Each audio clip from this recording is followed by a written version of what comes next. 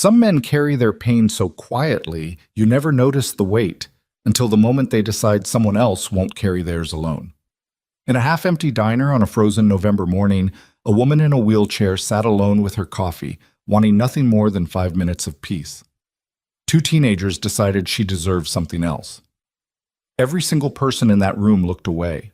Every person except one, a mechanic with grease still under his fingernails, a father running on no sleep, a man who had nothing left to lose and somehow still had everything to give.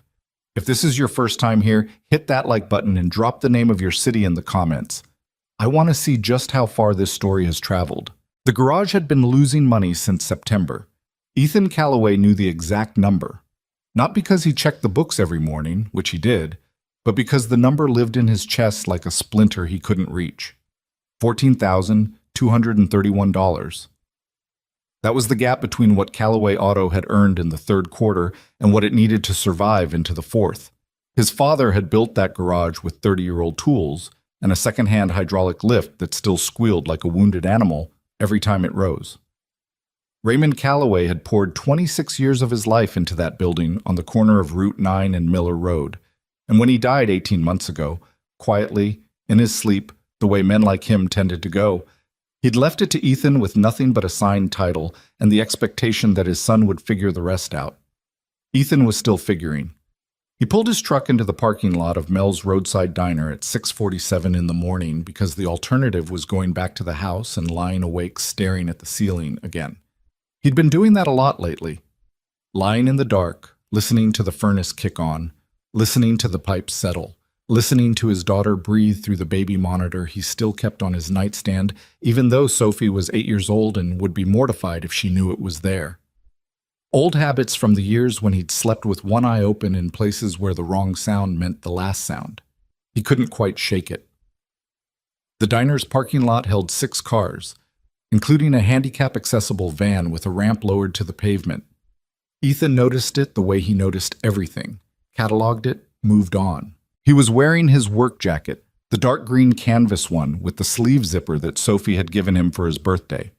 She'd picked it out herself, saved up 4 weeks of her lunch money to contribute to the cost, and presented it to him at breakfast with a card that said, in her blocky 7-year-old handwriting, "Dad, for when you get cold in the garage. Love, Sophie." He wore it almost every day. Inside, Mel's smelled like coffee and bacon grease and something faintly sweet, probably the apple turnovers someone's grandmother had been baking in the back since before dawn. The place seated maybe 30 people. Right now it held 12, scattered at booths and counter stools in the particular isolation of early morning regulars who all understood the unspoken agreement. You don't bother me, I don't bother you, and we all pretend this is enough. Ethan took a booth near the window, one that gave him a clear sight line to the door. Another habit. He ordered black coffee and the 2-egg breakfast because it was the cheapest thing on the menu that would actually hold him until noon, and he spread the garage's bank statements across the table and started going through them for the 4th time that week, as if the numbers might have changed overnight. They hadn't. He was circling a supplier charge he didn't recognize when he heard the bell above the door chime. He glanced up. The woman who came in was maybe 30, dark-haired, dressed in a charcoal blazer over a cream-colored blouse, the kind of clothes that said she hadn't bought them at the mall in Hargrove. She moved her wheelchair with practiced efficiency, navigating the narrow space between the hostess stand and the first row of booths with the quiet competence of someone who had long since stopped waiting for other people to make room. She found a table near the back, one of the low cafe-style ones, and parked herself at it and pulled out her phone without looking around for approval or acknowledgement. Just a woman getting breakfast before her day started. Nobody really looked at her. Ethan looked back at his bank statements. His coffee arrived. He drank it too fast and burned the side of his tongue, which was how his mornings usually went. The diner filled slightly over the next 20 minutes. A couple of contractors, a woman with scrubs who was clearly coming off a night shift, 2 older men at the counter who were arguing about the county tax assessment. The bell above the door chimed again, and Ethan looked up automatically. 2 teenagers. Boys.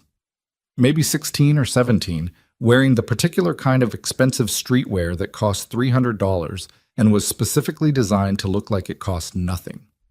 They came in loud, already mid-conversation, one of them laughing at something on his phone.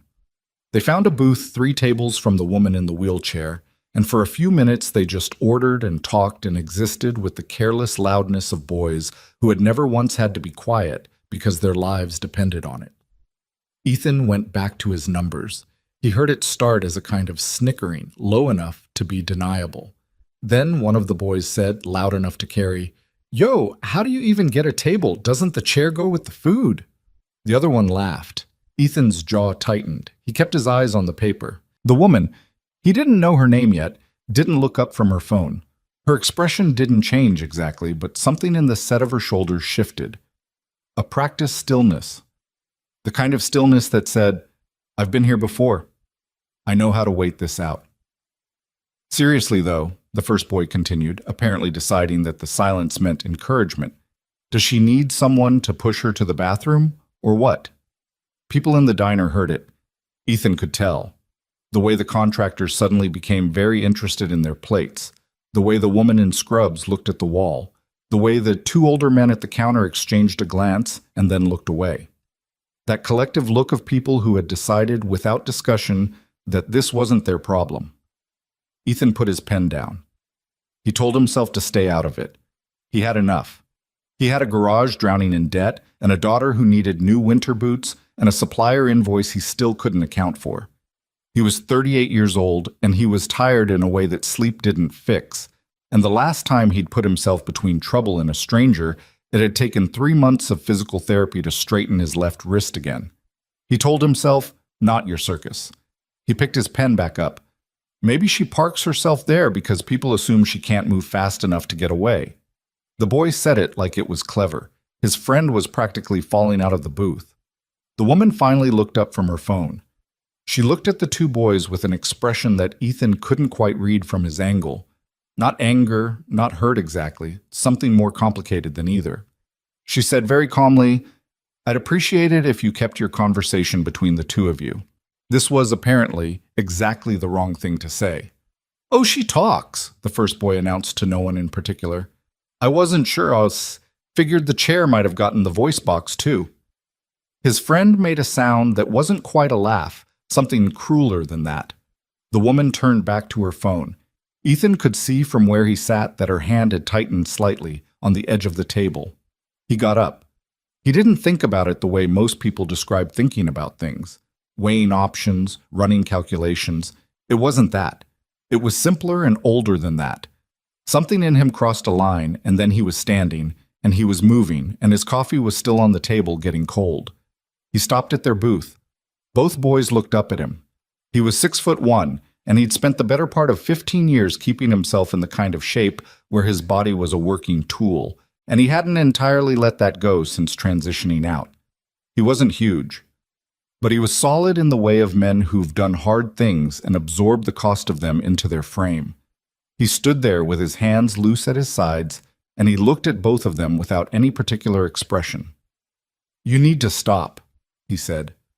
The first boy leaned back in the booth, doing the thing teenagers do when they've decided an adult is to be mocked rather than respected. "We weren't talking to you, man." "I know you weren't." Ethan kept his voice flat. "I'm talking to you. Mind your business." "I'm minding the business in front of me." There was a beat. The other boy, the quieter one, had gone slightly still in the way of people who've suddenly recalculated where they are in a situation. The first one hadn't gotten there yet. "What are you going to do about it?" he said. Ethan had been in rooms where that question was asked with a knife in the asker's hand. He had been in rooms where the correct answer to that question was to shoot first.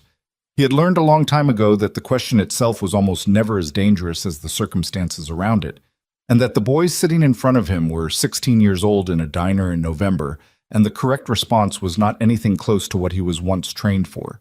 He pulled a chair from the nearest empty table and sat down in it, directly beside their booth, close enough that it required them to look at him straight on.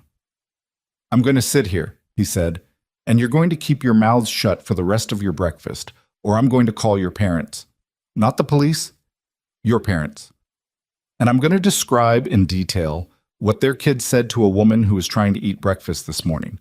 I'm going to describe the way you said it and the way you laughed. And when I'm done describing it, I'm going to ask them if this is something they knew about or something that would surprise them. A silence. That's it? The first boy said, but the edge in his voice had dulled. That's it, Ethan agreed. Unless you'd prefer the other version. What's the other version? Ethan looked at him steadily. You don't want the other version.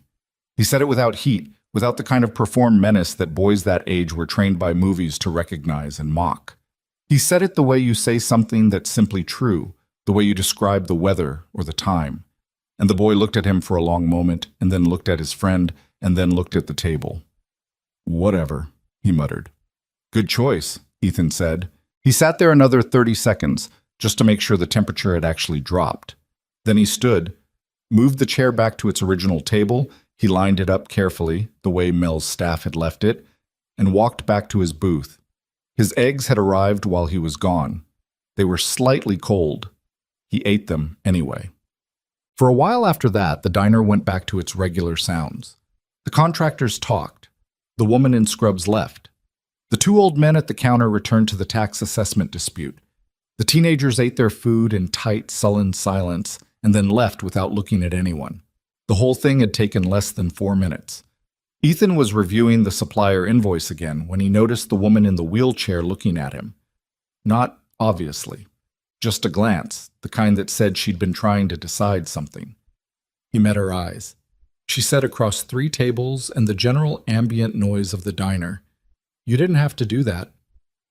I know, he said. Most people were just going to let it go. He shrugged. I noticed. She considered this. Then, can I buy you a coffee? Your original one's probably cold. He thought about saying no. He had the bank statement still spread out in front of him and a 9 o'clock appointment with a customer's transmission, and Sophie's school had sent home a permission slip yesterday that needed to be signed and returned. He had 30 things between here and a conversation with a stranger. He said, Sure. She navigated her wheelchair to his table. There was space. He'd taken the booth with enough room for exactly this reason, a habit from years of always positioning himself where options existed, and she sat across from him and held out her hand. Victoria Sterling. He shook it. Ethan Calloway. Her handshake was firm and direct, no hesitation in it. She had dark eyes that were sharp in the way of someone who makes fast assessments for a living. She looked at the bank statements on the table, then at him, then waited to see what he'd do with the fact that she'd seen them. He didn't move the papers. Auto garage, he said. Third quarter was rough. She didn't offer anything hollow about it. He appreciated that. How long have you had it? 18 months on paper, my whole life before that. He folded one of the statements. My father built it. He died and left it to me. And you kept it running? Trying to. He paused. What do you do? Technology company. She said it without flourish, the way he'd said auto garage. He'd find out later what that actually meant. The company, the scope of it, the kind of numbers that moved through it in a single fiscal quarter. Right now, she was just a woman who'd been taking her breakfast alone and hadn't asked for any of what had just happened to her. And there was something in the quiet steadiness of her face that reminded him, oddly, of the guys he'd served with who were the most capable.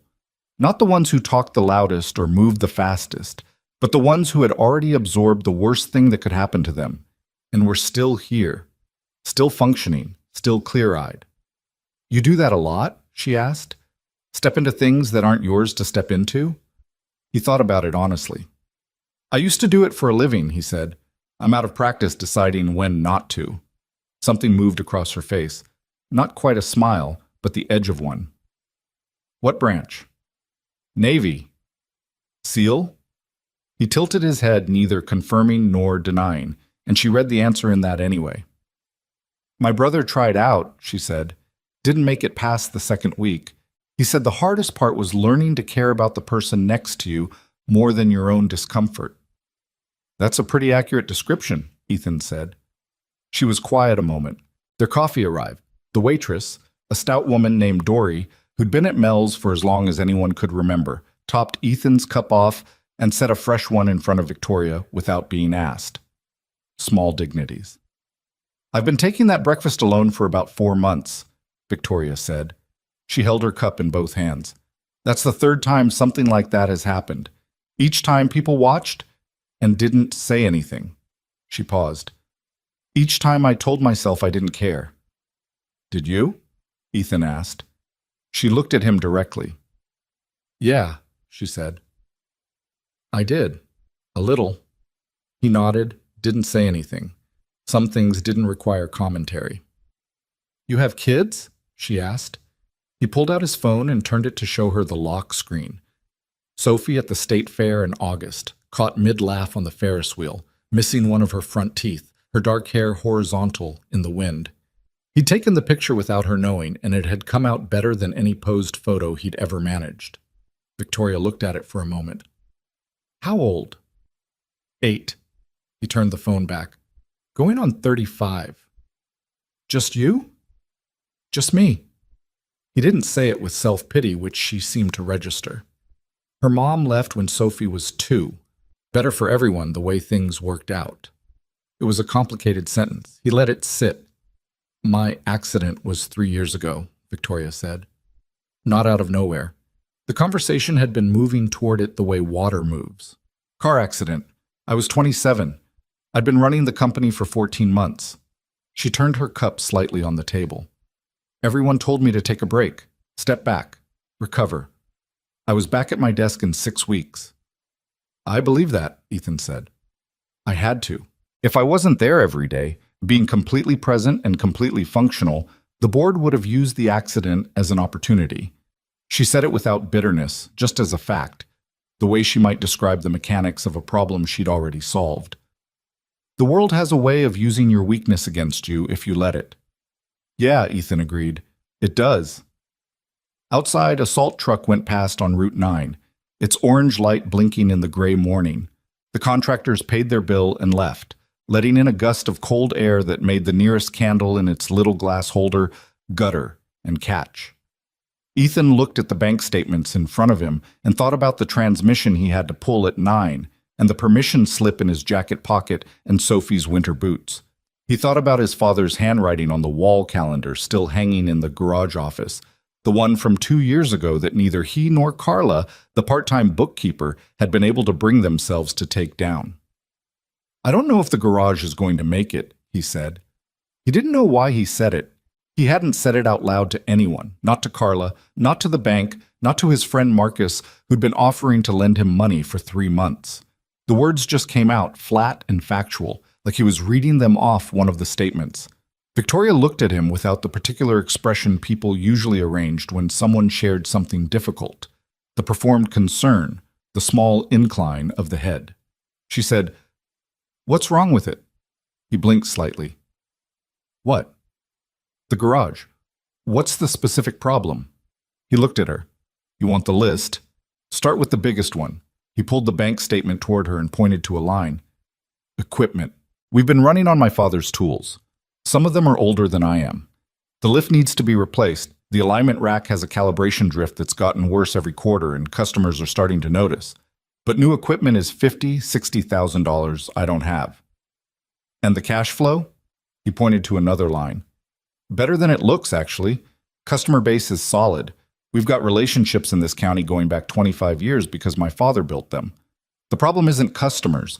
It's that every repair I could take in, I'm turning away or subcontracting because I don't have the equipment to do it in-house. Lost 12 transmission jobs last quarter." Victoria studied the paper for a moment. He noticed she read numbers the way he read terrain, quickly, not needing to go back. "And this?" She indicated the unidentified supplier charge. He exhaled. "Still trying to figure that one out." "Who handles your books?" "Carla. She's been with us for 12 years. She's good, but she's working 20 hours a week, and it's gotten complicated."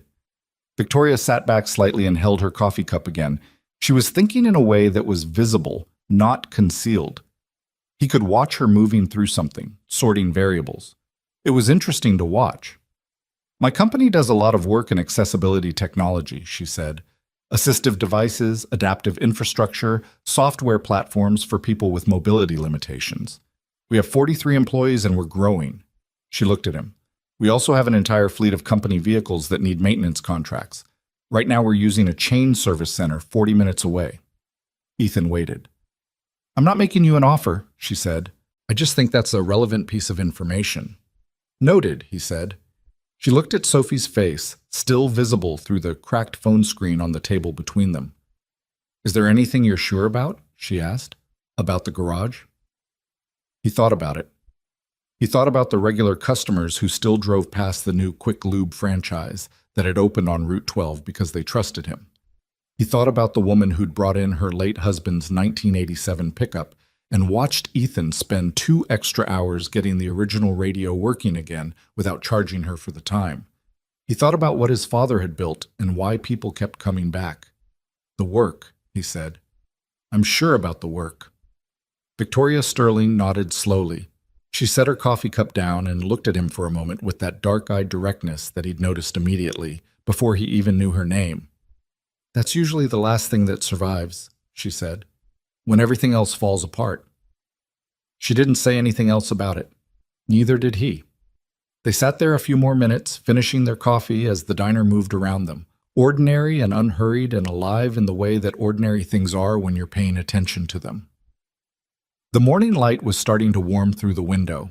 On Route 9, a car went past with Christmas lights already strung across its roof rack, blinking red and green, too early and somehow exactly right. Ethan paid for his breakfast, folded his bank statements, and pulled on Sophie's jacket. Victoria was already on her phone when he pushed back from the table. Thanks for the coffee, he said. She looked up. Thanks for not looking the other way. He nodded once and walked out into the cold. He didn't think he'd see her again. He was wrong about that. The 9 o'clock transmission job ran long. It wasn't supposed to. A 2019 F-150 routine rebuild. Ethan had done the same job maybe 60 times in his life. But when he pulled the unit and cracked it open, he found a cracked planetary gear that the customer hadn't mentioned and probably hadn't known about, which meant the estimate was wrong, and the conversation he was about to have with the owner was going to be unpleasant. That was the part of the job nobody romanticized. Not the grease, or the cold floor, or the hours, but the moment when you had to call someone and explain that what they'd budgeted for had doubled, and watch them decide whether to trust you or accuse you of manufacturing the problem.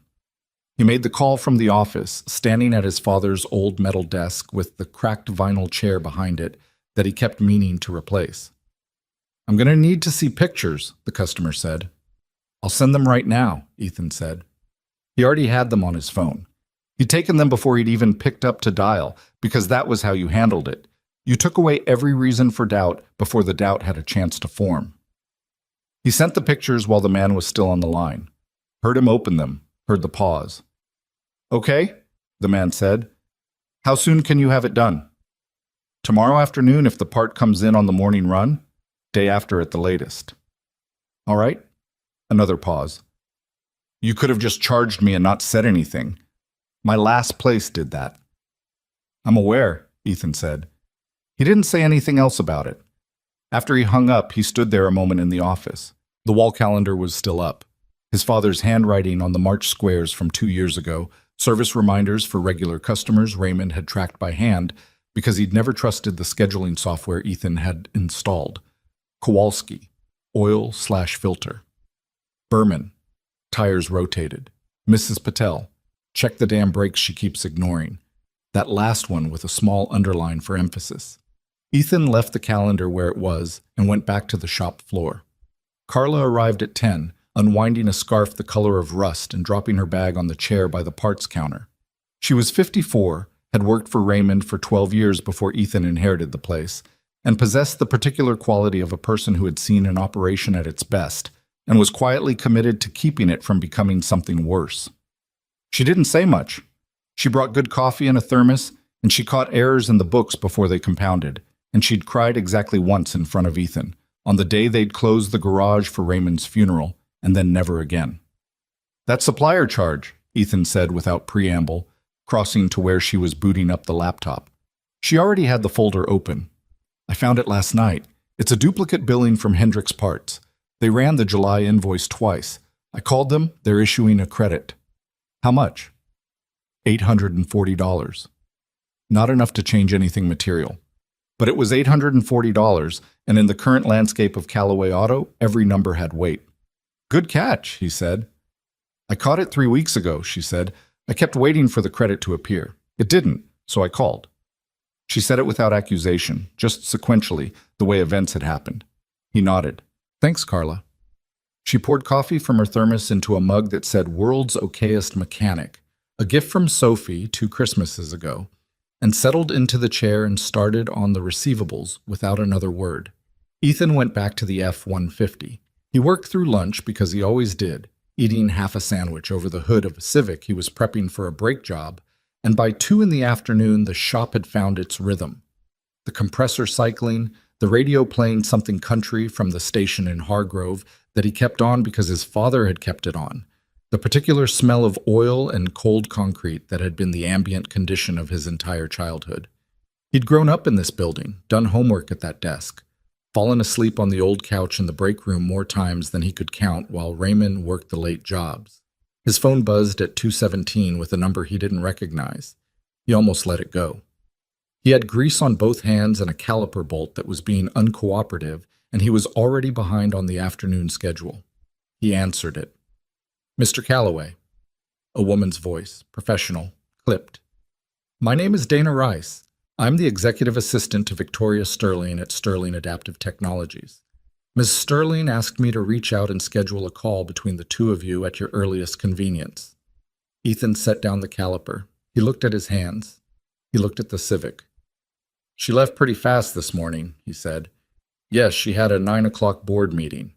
A brief pause. She described your conversation as, and I'm quoting directly here, interesting. That's not a word she uses loosely. He didn't know what to do with that exactly. What does she want to talk about? I believe she'd prefer to discuss that directly with you. Right. He thought for a moment. I've got a pickup at 4 and a parts delivery coming at 5:30. Can she do 6? 6 works. I'll send a calendar confirmation to whatever email you'd like. He gave her the garage email, the one with the Callaway auto domain his father had set up in 2009 and which still had Raymond's name in the welcome message, and hung up. Carla appeared at the doorway of the shop, mug in hand, looking at him with the particular expression she used when she was pretending not to have heard something. Sterling Adaptive Technologies, she said. You heard that. The shop is 40 feet wide, Ethan. Yes, I heard it. She took a sip of her coffee. That's a real company. I know. I mean, a real company.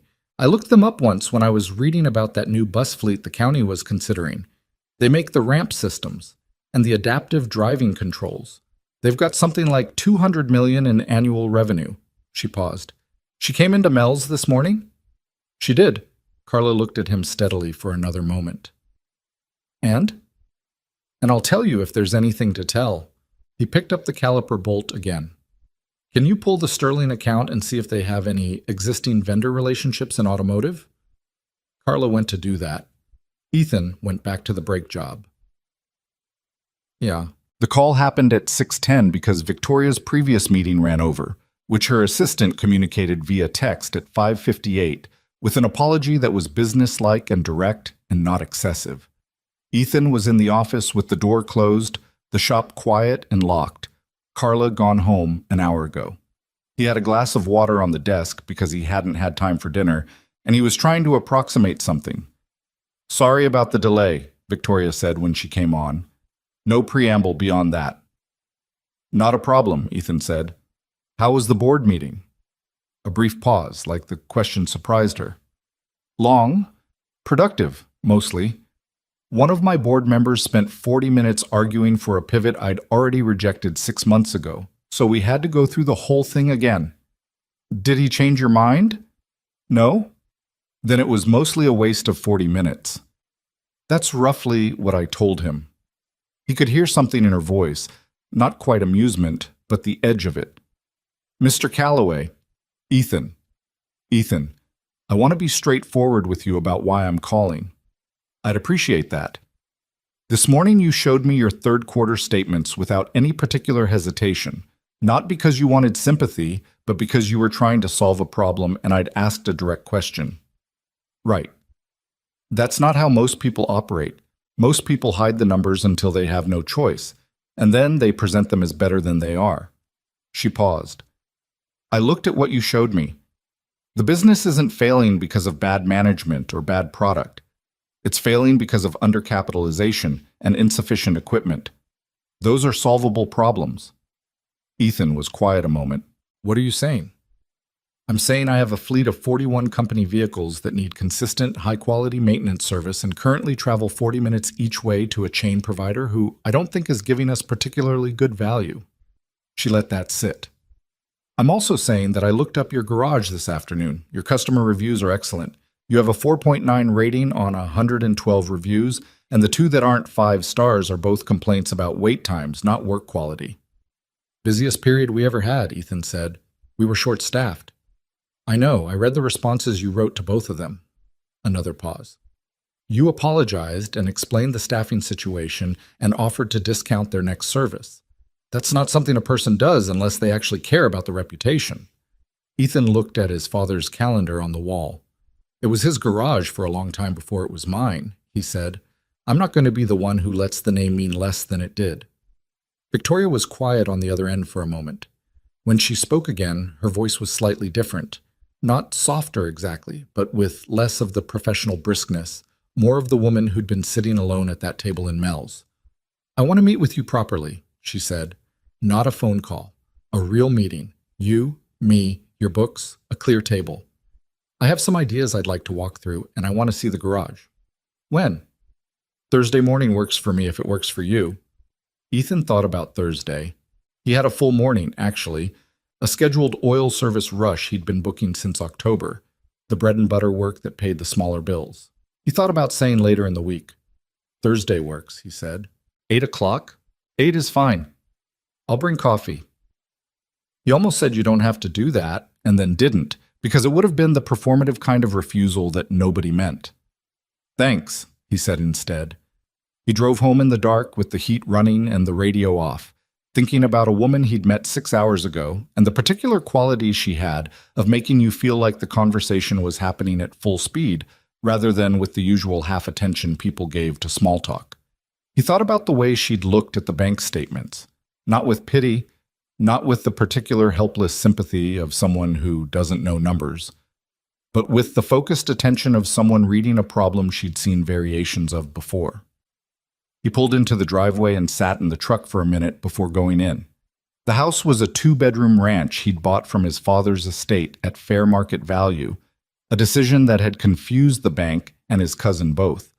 On 1/3 of an acre with a maple tree in the front yard that turned red every October, and which Sophie had named Gerald when she was 4 and still referred to by name. The lights were on in the kitchen window. His neighbor Janet was inside, visible as a blurred shape moving past the glass. Janet had 3 kids of her own and watched Sophie on the late nights, an arrangement that Ethan paid for in cash, and also in the form of changing all the light bulbs in her house twice a year and keeping her cars maintained at 0 charge. He went in through the side door. Sophie was at the kitchen table with a worksheet, pencil moving. She was wearing the pajamas with the small foxes on them that she'd outgrown slightly. The cuffs were up past her ankles, and her hair was in the kind of loose braid that she did herself now, lopsided and somehow charming. She looked up when he came in. You're late, she said. I know. He dropped his keys on the hook. How was school? Caleb M. put a fake spider in Grace's cubby, and she actually screamed. She said it with the particular contained delight of someone reporting news they find genuinely satisfying. Mrs. Hooper made him sit in the reading corner for the whole afternoon. Sounds fair. The spider was like this big. She held her thumb and finger about 2 inches apart. It wasn't even a good fake spider. Commitment matters, Ethan said. Janet gathered her things and gave him a look that meant she ate dinner. She brushed her teeth. She's fine all without words. They'd worked out a language over 3 years. And slipped out the side door with a wave. Ethan sat at the table across from Sophie while she finished the worksheet. Multiplication. She was solid on the 4s and 5s, working through the 7s with the particular expression she made when something was requiring full effort. Lower lip pushed out, slightly to the left. 7 times 8, she muttered. Don't tell her, Ethan said to no one. I know it, Sophie said, irritated. It's 56. I was just saying it. Okay. 7 times 9. Don't. 63. I know them, Dad. I'm just going through them.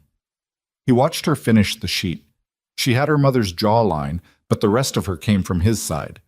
The dark eyes, the way she tilted her head when she was listening, the way she went quiet when she was upset instead of loud. He'd worried about that quality when she was smaller, the quietness. His therapist, the one he'd seen for 8 months after leaving the service, had told him that quiet children often got less of what they needed because they were easier to overlook. He'd worked hard at not overlooking Sophie. "Dad?" she said, capping her pencil. "Yeah." "If the garage closes—" She stopped, started again. "I heard you talking to Marcus on the phone last week about money." He looked at her. 8 years old with her lopsided braid and her outgrown fox pajamas, and she'd been carrying that. "The garage isn't closing," he said, "but Marcus said—" "Marcus worries. That's what Marcus does." He leaned forward on the table. "I'm working on it, Soph. Something came up today that might help. I don't know yet, but I'm working on it." She looked at him in the way children do when they're deciding whether to believe something. Not naively, not cynically, but with the genuine and serious attention of someone who understands that what they decide will affect how the next weeks feel. "Okay," she said. "Okay," he agreed. She put the worksheet in her folder and stood up. "Can I watch one episode?" "One." She went to the living room. He sat at the kitchen table for a moment longer in the quiet, in the small house with the maple tree out front, and he thought about $56,000 in equipment debt and a woman who read numbers the way a soldier reads terrain, and whether those two things would intersect into anything real.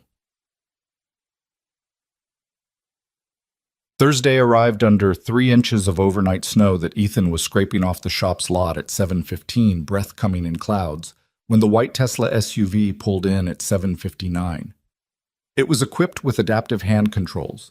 He noticed that, before anything else, the way the steering column was modified, the floor cleared of foot pedals. He noticed it the way he noticed the good work, clean installation, properly integrated. Someone who knew what they were doing had fitted that vehicle.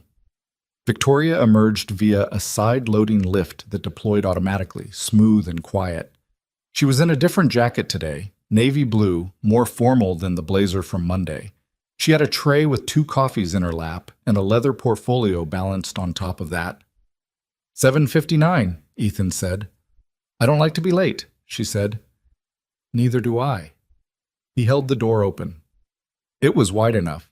He'd replaced the original entry door 2 years ago specifically for accessibility, because 3 of their regular customers had walkers or wheelchairs, and his father's original frame was too narrow. He hadn't mentioned that during the call. He just knew it was something he'd already done. She came inside and looked at the shop with the same focused attention she'd given the bank statements, taking inventory. She didn't comment on anything immediately, which he respected. Premature opinions were usually wrong opinions. "This was your father's?" she asked, looking at the old lift in Bay 1. "From 1994. It still works, but the calibration drifts, and it's too slow for the volume we've been trying to run." He pointed to the empty Bay 3. "I had a second lift until last year. Motor seized. Repair estimate was more than replacement cost, so I had it pulled and I've been running 2 bays since." She was quiet, looking at the space. "Show me the alignment rack," she said. He showed her the alignment rack. He showed her the diagnostic equipment. 3 units, 2 of them current generation, 1 from 2014 that was still serviceable but increasingly unable to read the software architecture on newer vehicles. He showed her the parts room and the break room and the office with its metal desk and cracked chair and his father's calendar still on the wall. He didn't explain the calendar. She looked at it for a moment and then looked away. They sat at the desk with her portfolio open and the coffees between them, and he gave her the full picture. Not the softened version. Not the version where he emphasized the solid customer base without talking about the equipment constraints, but the actual numbers, the actual problems, and the actual sequence they'd developed. She listened without interrupting. When he finished, she asked 3 questions, all of them precise and none of them ones he could have predicted. Then she opened the portfolio. "What I'm going to describe isn't charity," she said. "I need you to understand that before I say anything else, Because I think it would matter to you and I'd rather address it directly. It would matter, he agreed. I'm proposing a business arrangement that benefits Sterling Adaptive Technologies specifically and concretely. She turned the portfolio to face him. It held a single-page document, projected numbers, 2 columns, current state versus proposed state, clean and readable.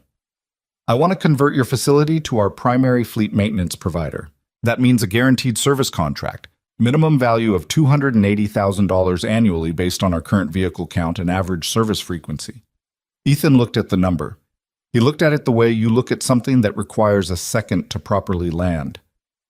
In exchange, she continued, I want exclusivity on fleet service, priority scheduling for our vehicles, and I want you to hire 1 additional certified tech. I have someone in mind if you want a referral. Former employee of the chain provider we're leaving. Good hands. I checked. She paused. The contract alone doesn't solve the equipment problem, so I'm also proposing a capital investment of $65,000 against a 15% revenue share on all commercial contracts, not consumer service, just commercial, for 3 years. After 3 years, the revenue share ends and you own everything outright. He was quiet. Do the math on the back of whatever you want, she said. I'll wait. He didn't do math. He'd already done most of it in his head the way his father had done math. Fast, approximate, good enough to know whether the direction was right before the specifics mattered. Why? He asked. I told you on the phone. The fleet maintenance is the business reason. I got that. He looked at her. But you had this put together before Thursday, before you even knew I'd take the meeting. She looked at him for a moment. There was something in her expression, not discomfort exactly, but the brief visibility of a person recalibrating how much to say. I had Dana pull your reviews Monday afternoon, she said. I read all 112 of them. Then I had her run a background check, standard business due diligence, nothing invasive. Then I looked at Callaway Auto's filing history with the county, your father's original business license, your own Navy records as far as they're public. She paused. I run a company that operates in spaces where people underestimate us because of how we look or how we move or what equipment we use to get through the world. I know what it costs to be systematically overlooked when the quality of what you do is actually excellent. Another pause, shorter. You have a 4.9 rating and you write personal responses to every critical review. Your father had the same reputation for 26 years. That's not luck. Ethan looked at the document again. He thought about his father, about the '87 pickup with the radio he'd spent 2 extra hours on, about Sophie's face when she'd asked about the garage closing, the way she'd tried to ask it carefully, like she'd been practicing how to bring it up. I need to think about it, he said. Of course. Not long. A few days. That's fine. She closed the portfolio. One more thing. Yeah. The tech I mentioned, Marcus Webb. Does that name mean anything to you? Ethan went still. Marcus Webb is the person you want me to hire? He applied to our facilities team 3 months ago. Wrong fit for what we do, but I remembered the name when Dana pulled your file. You have a Marcus listed as a personal reference. She looked at him steadily. Small state. Marcus is my best friend, Ethan said. He's been offering to come work at the garage for 2 years. I kept telling him I couldn't afford a second full-time tech. Victoria picked up her coffee. Sounds like that might change, she said.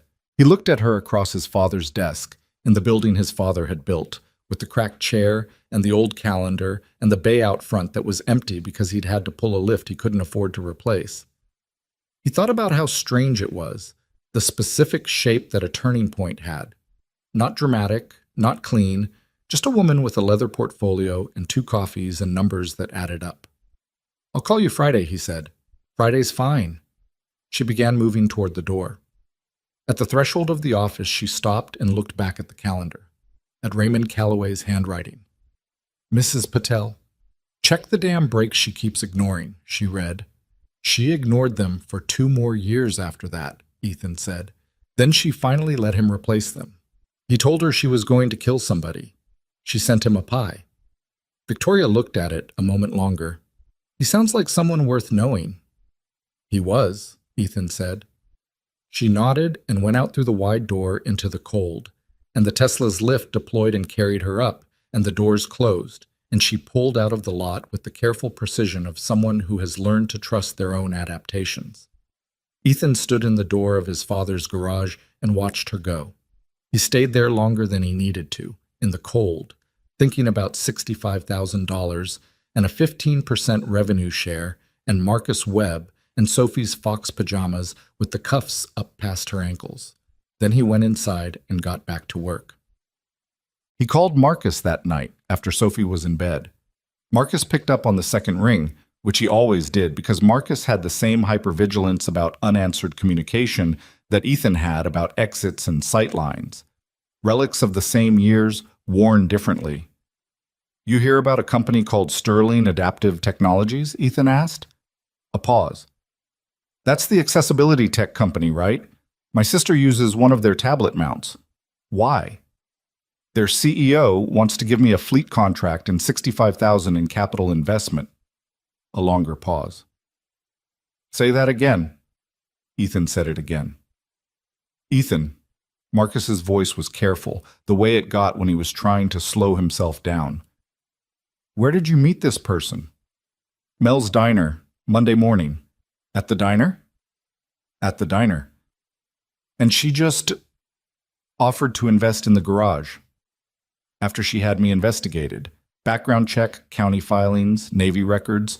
She did her homework." He was quiet a moment. "She also mentioned your name." Another pause. Different quality. "How does she know my name?" "You applied to her facilities team 3 months ago." The line was quiet. Ethan could hear Marcus breathing, processing. "She remembered me," Marcus said slowly. "She remembered you. Said wrong fit for what they do, but she thought you might be a right fit for here. With the contract, I could actually pay you properly." Marcus was quiet for a long moment. When he spoke again, his voice had something in it that Ethan recognized. The specific tone of a man who has wanted something for a while and is suddenly confronted with the possibility that it might actually happen. "You gonna take the deal?" Marcus asked. Ethan looked at the ceiling of his kitchen. Through the wall, he could hear the small sound of Sophie's white noise machine running, the one she'd insisted on after watching a video about sleep science at school and presenting him with a 17-point argument for why she needed it. He'd bought it that same week. "I think so," he said.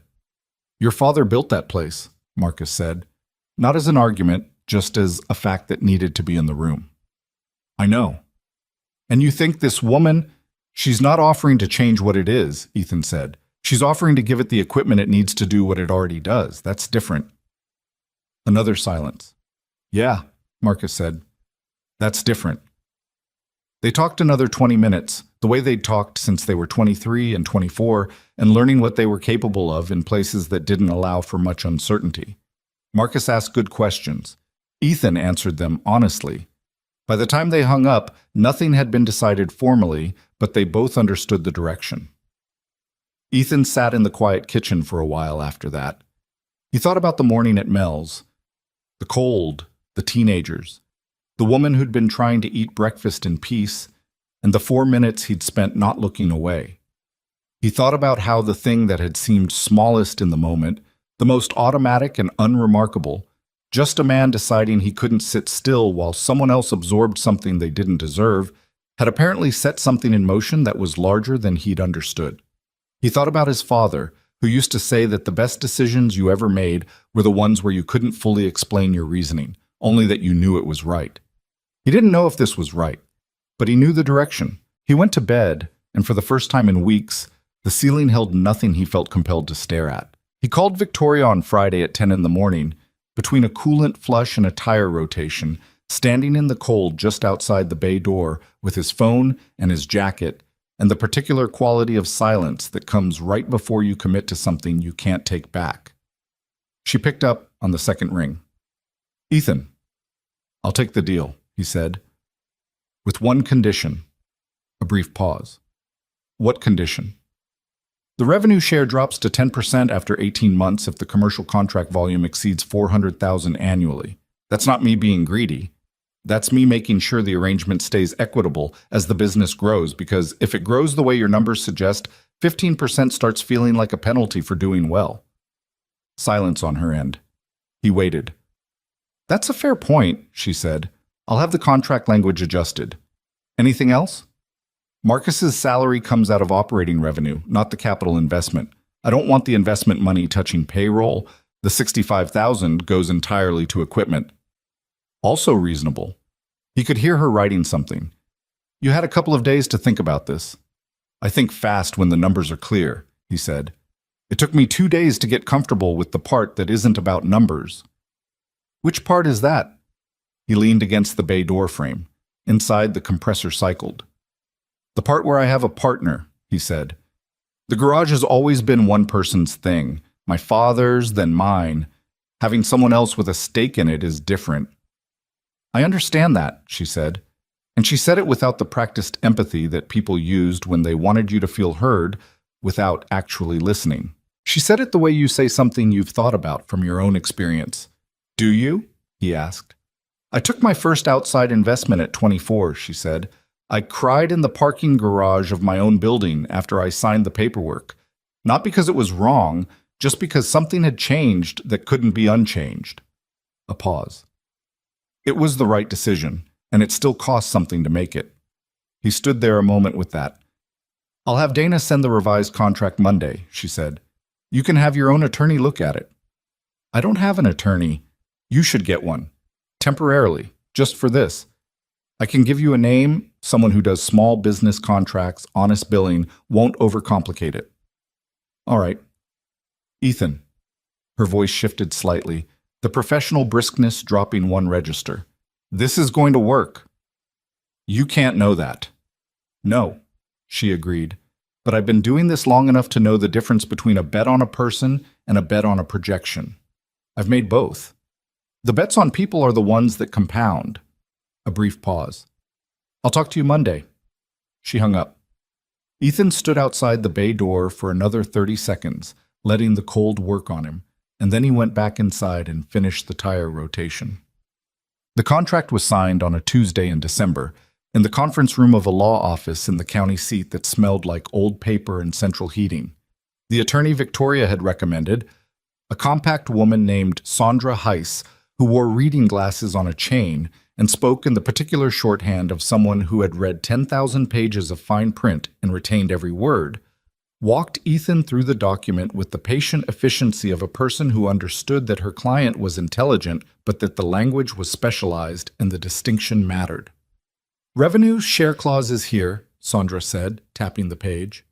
18-month review is built in, just as you requested. The trigger threshold is $400,000 in commercial contract volume. That's gross revenue on the commercial side only, not consumer. She looked at him over her glasses. The equipment acquisition is structured as an investment, not a loan. That means if the business fails, which I'm not anticipating, but I'm obligated to walk you through it, Sterling Adaptive Technologies takes the equipment back. You don't carry personal debt. I understand. The non-compete clause is narrow. You can't solicit Sterling's board members or senior staff as individual clients for vehicle service for 24 months after contract termination. That's it. Nothing that prevents you from taking any other commercial client in any industry. She turned a page. The exclusivity on fleet service is real. You're their primary provider, and they're committing to routing all standard maintenance through you. Emergency breakdowns on the road are accepted because they're location dependent. Another page. Sterling's minimum annual commitment is $260,000, not $280,000. The original figure was a projection based on current vehicle count. The contract locks in a floor, not a ceiling. I noticed, Ethan said. Sandra looked at him with a brief expression of approval. Good. She stacked the pages. Any questions before you sign? He had 3. He asked them. She answered them directly, without the lawyer's tendency to answer a question with a different question. He signed. Victoria was not in the room. She'd signed her copies 2 days prior and had Dana deliver them. That was a choice, Ethan thought, giving him the space to finalize it without her in the room, without the dynamic of the investor watching the recipient. He'd noticed it and appreciated it and hadn't said anything about it, because some things you appreciated precisely by not making them a conversation.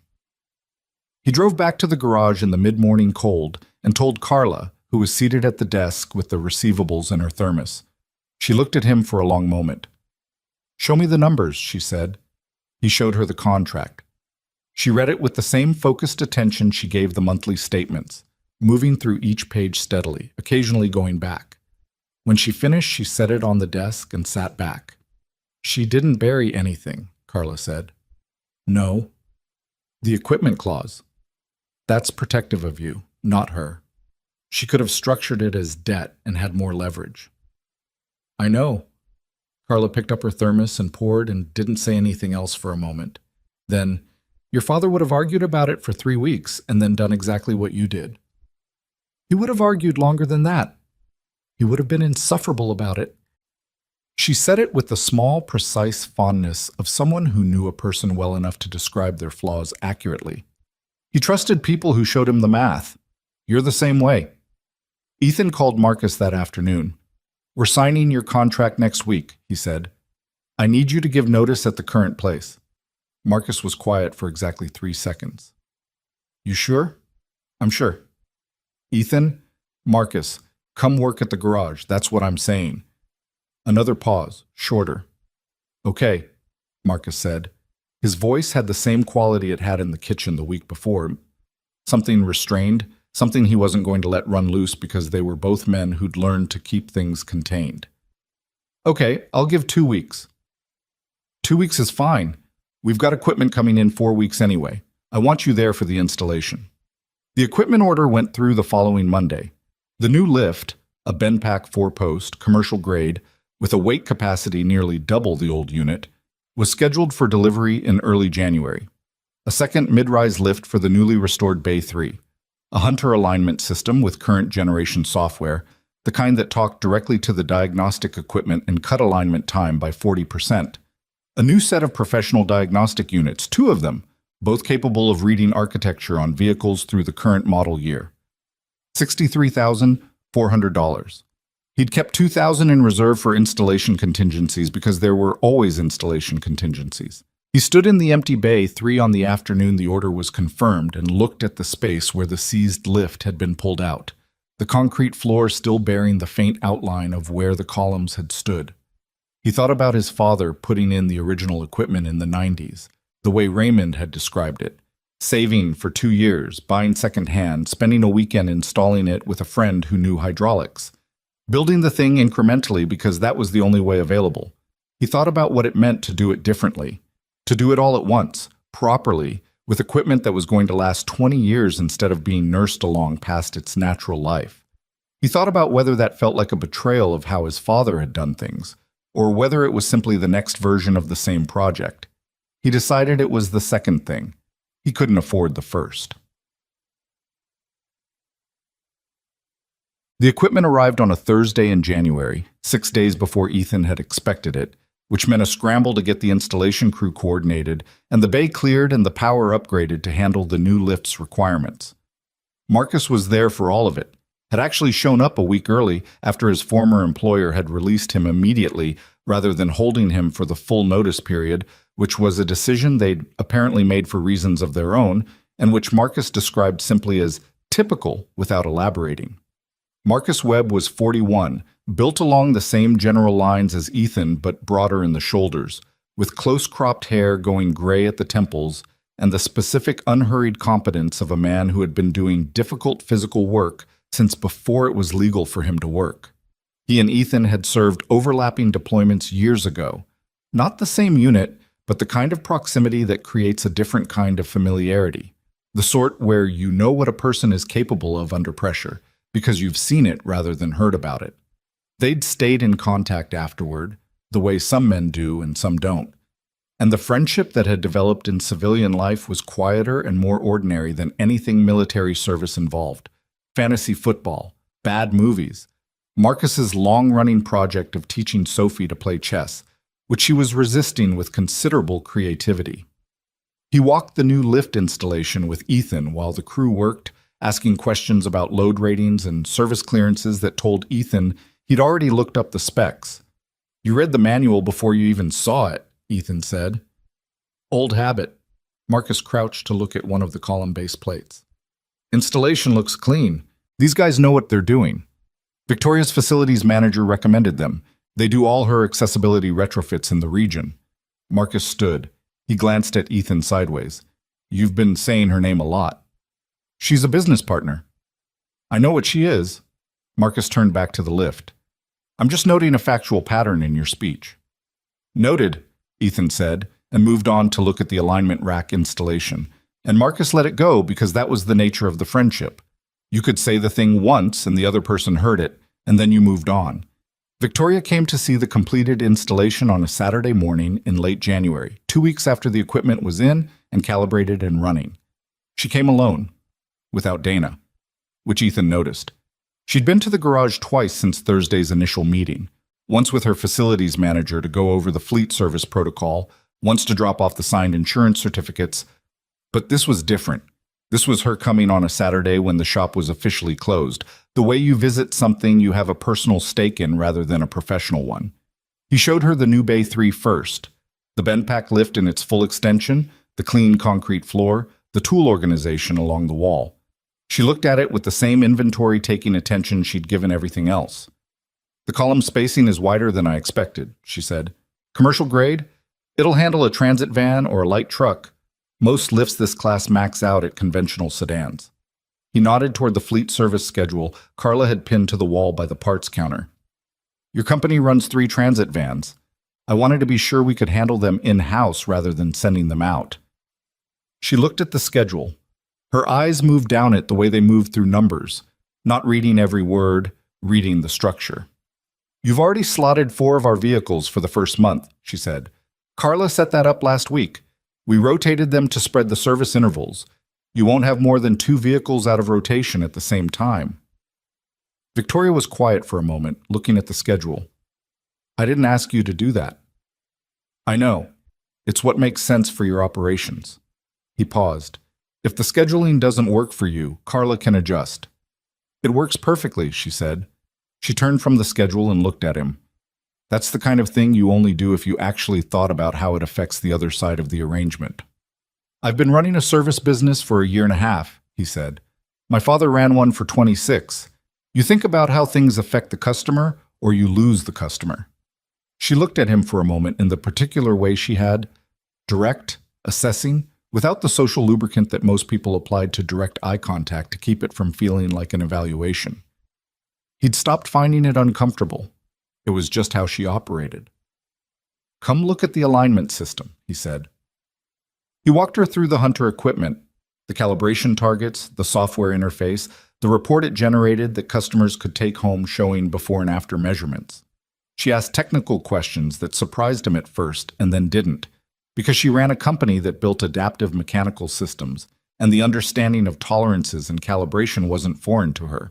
Marcus came in at 11 because he'd left a jacket, and came back for it and then ended up staying to help Ethan prep the following week's service schedule. He was introduced to Victoria without ceremony, the way introductions happen when everyone already knows roughly who everyone else is. Ms. Sterling, Marcus said. Mr. Webb. She shook his hand. You applied to our facilities team last fall. I did. He wasn't visibly uncomfortable with it. Wrong fit. You were overqualified for the position you applied for, she said. The role you should have applied for wasn't posted yet. My facilities director has been building a senior maintenance coordinator position for the past quarter. Marcus looked at her. You're telling me that now? You found a better option, she said, with something that wasn't quite a smile. I'm just correcting the record. Marcus looked at Ethan. Ethan looked at the alignment rack. I'm going to go get my jacket, Marcus said, and went to the break room. Victoria watched him go and then turned back to the alignment equipment with the serene composure of someone who had made her point and didn't need to watch it land. Ethan said, Did you actually check on that position, or did you just say that? I actually checked, she said. Last week, when I was reviewing the fleet service contract staffing, I saw his name on Ethan's employment roster and looked him up. A pause. I wanted to make sure the person you'd brought in had the skills the contract required. And? He's excellent. His certification history is better than anything we have in-house. She glanced toward the break room. I thought he should know the other thing too, that it wasn't about his qualifications. Ethan considered this. You didn't have to tell him that. No, she agreed, but it was true, and it cost me nothing to say it, and it mattered to him. She looked at Ethan. Some things are worth saying just because they're accurate. He thought about that for the rest of the day after she left. Go on. February came in cold and relentless, the kind of cold that found every gap in the garage's insulation and exploited it, and Ethan spent $200 on weather stripping and another $300 on a supplemental heating unit for Bay 3 because the new lift deserved better operating temperatures than the old equipment had endured. Small investments, the kind that compounded. The fleet service was running. Sterling Adaptive Technologies vehicles came through on the schedule Carla had built, and Marcus handled most of them with the methodical efficiency of someone who treated other people's vehicles with the same seriousness he brought to his own. The transit van fleet in particular required consistent attention. Adaptive equipment added mechanical complexity, more systems to check, more failure points to monitor, and Marcus had pulled the service histories on every vehicle in the Sterling fleet before the first one came through the door, so he knew exactly what each one needed before it arrived. Word moved through the county the way word moves in places where the population is small enough that reputation travels on its own, not through advertising, not through social media campaigns, but through the particular credibility of one person telling another that they'd had good work done and hadn't been taken for more than the job required. The new equipment made a difference that customers noticed and mentioned. The alignment rack produced reports that were readable and specific, and people who'd been told elsewhere that their alignment was a little off suddenly had measurements that showed them exactly how off and exactly what had been corrected. It sounds small. It wasn't small to the people who saw it. By March, they were booking 2 weeks out. Ethan hired a part-time service writer, a young woman named Becca, who'd been managing the front desk at a dealership and had the particular talent for translating between mechanic language and customer language that was rarer than most people understood. She came in 4 days a week and took the phones and scheduled service and explained estimates in terms that didn't require a technical background to follow. And within 3 weeks, the number of estimate approvals on first contact went up by a margin that made Carla raise her eyebrows in a way that was as close to celebratory as she got. Ethan told Victoria about it on one of the calls they'd settled into by then. Not formal meetings, not business reviews, just 30-minute calls every other Wednesday evening where they talked through how things were running and whether anything needed adjustment. The calls had developed their own rhythm. They'd cover the operational material in the first 15 minutes, and then the remaining time would unspool into whatever came up, which was sometimes strategic and sometimes not. A service writer was the right call, Victoria said. The customer-facing communication is where most small shops lose the relationship. Becca explained a transmission rebuild to a 63-year-old retired teacher last week, using an analogy about reorganizing a filing cabinet, Ethan said. The woman approved a $2,800 estimate on the spot. That's a skill you can't train from a textbook. No. He was in the office, the garage closed, Sophie doing homework on the couch in the room she could see from his desk if he left the door open, a configuration they'd settled into on the evenings he worked late. How was your board meeting? Better than last month's. A pause. We closed the contract with the school district adaptive transportation program. 47 vehicles over 3 years. That's significant. It's very significant. He could hear a particular controlled quality in her voice, the sound of someone who is pleased but is accustomed to not performing pleasure too openly in professional contexts. It took 9 months of negotiations and 2 separate attempts by a competitor to undercut us with lower spec equipment. We won on certification and track record. Not on price. Never on price, she said. If you compete on price, you attract clients who'll leave you the moment someone undercuts you again. We've always positioned on quality and reliability.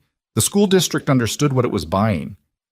He thought about his father's approach to estimates. Never the cheapest, never inflated, always exact, and always explained. The customers who left for cheaper alternatives occasionally came back, usually after a bad experience elsewhere. The ones who stayed had stayed for 20 years. Same principle, he said. Same principle, she agreed. Sophie appeared in the doorway of the office, holding up her vocabulary worksheet with a look that communicated she had a question and had been patient about it for an appropriate amount of time. "Hold on a second," Ethan said into the phone. He looked at Sophie. "Which one?" She pointed. "Exacerbate," he said, "to make something worse. Use it in the sentence they gave you." Sophie looked at the page. "The cold weather exacerbated Gerald's—" She stopped. "Can I use Gerald?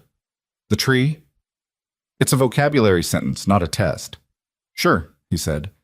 She wrote something and disappeared back to the couch. Victoria had heard all of it. "Gerald is the tree," she said. "She named it when she was 4. It stuck." He leaned back in the cracked chair. "She's been asking about you, actually." A brief pause. "About me specifically?" "She knows there's a business partner. She knows the garage is doing better. She asked who the partner was, and I told her your name, and she looked you up on the school library computer and informed me at dinner that you have a Wikipedia page." "I have a Wikipedia page," Victoria confirmed in a tone that suggested she had complicated feelings about this. She said, "It makes you sound important." "What did you tell her?" "I told her you were smart and you did good work and she'd probably like you." He paused. "She asked if you were pretty." The line was quiet for a moment. "What did you say?" Victoria asked, and her voice had shifted in a way that was slight enough that he might have imagined it, except that he had, by this point, listened to enough of her inflections to know when something had changed. "I said that was an odd question, and she should finish her green beans," Ethan said. "That's a non-answer." "She's 8 years old," he said. "Some questions don't need direct answers yet." Another silence, different quality from the first. "Ethan," Victoria said. "Yeah." "This is a business arrangement." "I know what it is," he said. He said it the same way he said everything. Flat, factual, the way you describe a road condition or a weather front. No heat in it, just the sentence.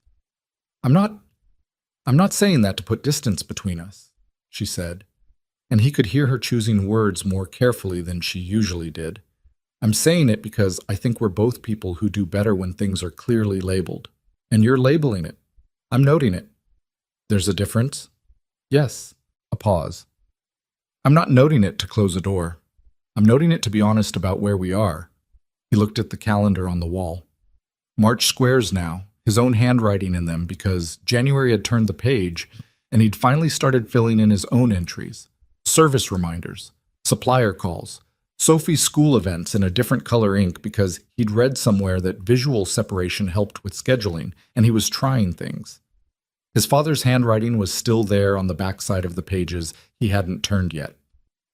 "I appreciate the honesty," he said, and he meant it exactly as directly as it sounded. "It's the only way I know how to operate," she said. "I noticed that the first morning," he said. She laughed, a brief, real sound, not performed, not shaped for an audience. He'd heard it before in the calls, but not often, and each time it caught him slightly off guard because it was so different from her professional register, more unguarded, more like the woman who'd been sitting alone at breakfast wanting 5 quiet minutes and getting something else entirely. They talked another 12 minutes about the second quarter fleet schedule and a potential referral she was sending from her facilities network. And then they said goodbye and hung up, and Ethan sat in the office for a moment before going out to check on Sophie's vocabulary sentences. She was asleep on the couch, worksheet still in her lap, pencil on the cushion beside her. He took the pencil and read the sentences. All of them correct, including the one about Gerald. He carried her to bed. She was getting heavy, almost too heavy for this, but not quite yet, and came back to the office and stood in the doorway looking at the garage through the interior window. The new lifts visible through the shop glass, the alignment rack in its bay, the tool organization along the walls that Marcus had rearranged in his second week into a system that was more intuitive than the one Ethan had inherited. It looked different, not unrecognizable. Still his father's floor plan, still the same address on the same corner, but different, the way something looks when it's been given room to become more fully what it was trying to be. He turned off the office light and stood in the dark for a moment before he left. The referral Victoria sent arrived the following week in the form of a county contract inquiry. The Regional Transit Authority had heard about the Sterling arrangement through the county administrator's office and wanted to discuss a maintenance contract for their paratransit fleet, which consisted of 32 vehicles, all of them adapted, all of them currently being serviced by a provider 2 counties over whose contract was expiring in June. Ethan sat across from the Transit Authority's operations director in his office on a Tuesday afternoon and went through the same thing he'd gone through with Victoria 6 months earlier. No soft pedaling, no inflating, just the actual capabilities of the shop and the actual rates and the actual turnaround times he could commit to and why. The operations director was a heavy-set man named Gerald Pruitt, who had the particular wariness of someone who had been oversold on services before and was carrying the residue of it. "Your shop is small," Pruitt said. "For your fleet size, yes," Ethan agreed. "What I can offer is a dedicated scheduling block for your vehicles, 4 reserve service slots per week, priority over standard consumer bookings, guaranteed 48-hour turnaround on anything that isn't a major drivetrain issue, and 72 hours on those. The current provider gets our vehicles done same day sometimes." "Sometimes," Ethan said. "What's their average?" Pruitt looked at him. "Pull your last 6 months of service records," Ethan said. "Calculate average time from vehicle drop-off to vehicle pickup. I'll wait." Pruitt didn't pull the records in the room, but the question did something to his expression. A small recalibration, the look of someone who realizes they've been using an anecdote as a data point. "I'll need references," Pruitt said. "Victoria Sterling," Ethan said. "Sterling Adaptive Technologies. She's been our primary commercial client since January. You can call her directly. I'll have her assistant send you her direct number." He texted Dana before Pruitt was out of the parking lot. Victoria called him that evening. "Gerald Pruitt reached out an hour ago," she said. "That was fast. He wanted to know if I'd recommend you without any caveats." "What did you tell him?" "I told him the only caveat was that if he sent you 32 vehicles, he'd need to negotiate a longer scheduling window than you'd offered because you're not staffed for that volume yet." A pause. "And that you'd tell him the same thing yourself if he asked." Ethan was quiet a moment. "You protected the deal and protected my credibility at the same time." "I told him the truth," she said. "It did both of those things simultaneously because the truth was favorable." A pause. "Are you staffed for 32 vehicles?" "Not yet. Marcus can handle the adaptive equipment, but I'd need another tech for the volume." "What's your timeline to hire?" 3 weeks if I move now, maybe less. I have 2 strong candidates who've applied in the last month." "Tell Pruitt 6 weeks as a buffer," she said. "Come in under that, and you start the relationship with a win." He thought about this. "That's smart. I've been doing business long enough to know that managing expectations correctly in the first month of a contract determines the entire relationship." She paused. "Also, it's just honest. You shouldn't promise timelines you're not certain of." "I wasn't going to," he said. "I know," she said. "I was agreeing with you, not correcting you." He hired a tech named Devin Parks 2 weeks later, 29 years old, ASE, certified, quiet and methodical in the way that Ethan had come to recognize as the mark of someone who took the work seriously. Devin had been at a dealership, like Becca, and had the same quality of someone who was ready for an environment where the work wasn't split into narrow specializations, but required broader capability. The paratransit contract was signed the first week of April. Carla put the signed copy on his desk with her thermos beside it and a yellow sticky note on top that said, "Your father would be insufferable about this." Underlined once. He left the note there. The second quarter numbers, when they came in, were not what he'd projected. They were better. Not by a margin that suggested anything was easy. They still had months where the consumer side was softer than the commercial load required, and the equipment loan was being drawn down on schedule, but the schedule was still a schedule with months on it. But the trajectory was clear in the way trajectories sometimes become clear, not all at once but incrementally, the way you realize you've been climbing a hill only when you turn around and see how far the bottom is. Marcus noticed it first, the way Marcus noticed operational things before Ethan did, because Marcus was watching the shop floor while Ethan was also watching the books, and Sophie's school schedule, and the weather forecast that affected whether the lot needed to be salted. "We're turning work away," Marcus said one afternoon in late April. leaning in the doorway of the office while Ethan was on the phone. He waited for the call to end. "We booked out 3 weeks on the consumer side. There's a window Tuesday morning that opened up when the Kerrigan fleet job moved, and I filled it with 3 oil services before I even put it on the board." "Good. I'm saying we might need to think about another bay." Ethan looked at him. "The lot behind the building," Marcus said. "Your father owned it. It's in the estate filing. I looked." "I know he owned it. It's on the county tax roll." "So it's yours?" Ethan sat back. He looked at the window that faced the side of the building, beyond which the rear lot was a rectangle of frost-cracked asphalt and 2 dead trees and the vague footprint of an old storage structure Raymond had torn down in 2007. "That's a different conversation," Ethan said. "I know," Marcus said. "I'm just starting it early so you have time to think about it." He pushed off the doorframe. "You've been making every other decision 6 steps ahead. Just noting you might want to start on this one." Ethan said nothing, because Marcus was right, and there was no point in saying so. After Marcus left, he sat there with the second quarter numbers and the paratransit contract and Devon's first performance review. Good, thorough, the kind of notes that made future decisions easier. And he thought about the rear lot and what it would mean to expand into it, and what kind of operation that would make Callaway Auto, in scope and in character, and whether those 2 things could coexist. He thought about Victoria saying, "The bets on people are the ones that compound." He thought about his father filling in March squares by hand because he trusted his own record-keeping. He thought about Sophie, who had asked if his partner was pretty and gotten a non-answer, and who had, in the weeks since, begun asking small and specific questions about adaptive technology with the particular curiosity she turned toward things she was genuinely interested in. Not performative interest, the real kind, the kind that produced follow-up questions you hadn't anticipated. He didn't call Victoria that evening. He sat with the question a while first, the way some decisions needed to be sat with before they were ready to be discussed. Not because the answer wasn't forming, but because the answer was forming, and he wanted to understand its shape before he said it out loud and made it real.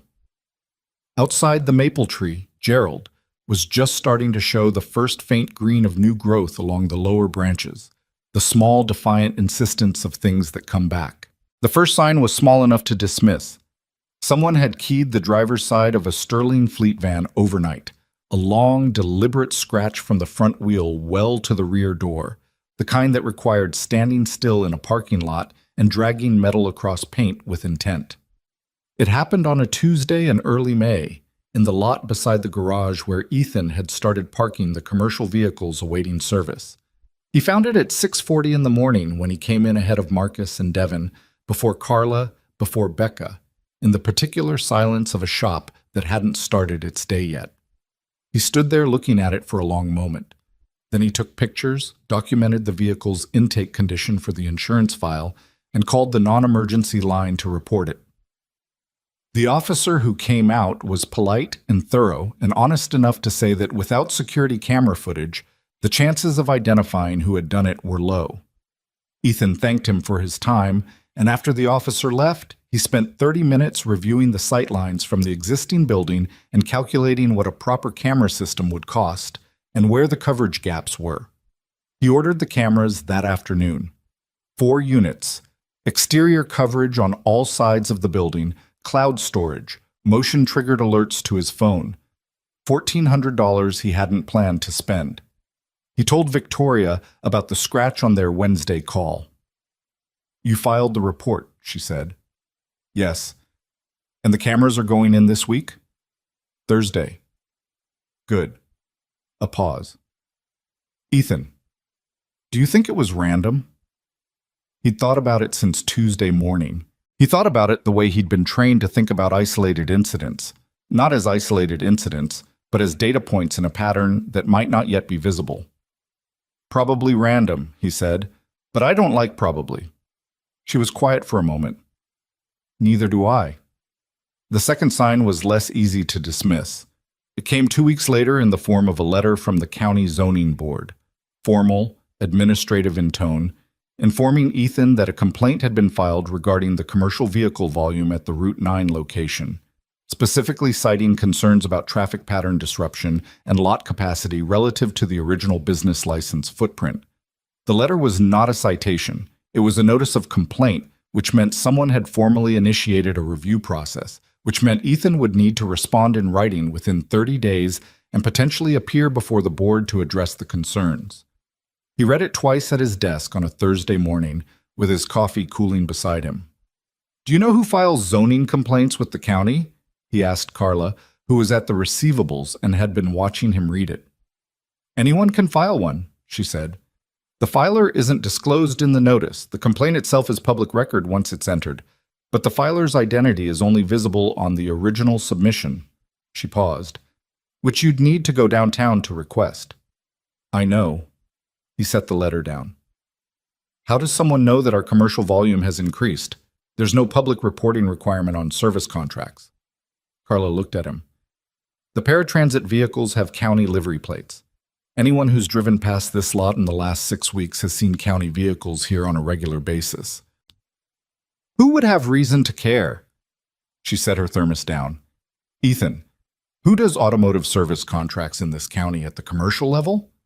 He knew the answer. He'd known it before he asked. Brennan Automotive Group. 3 locations in the county, the largest on Route 12, 4 miles west, the one that had opened 2 years ago with a marketing campaign that specifically targeted service contracts for fleet and municipal clients. They were corporate-owned, franchised, and had the backing of a regional holding company that had been systematically acquiring automotive service businesses across 4 counties for the past 5 years. Raymond Callaway had never directly competed with them because in Raymond's time, the volume hadn't warranted it.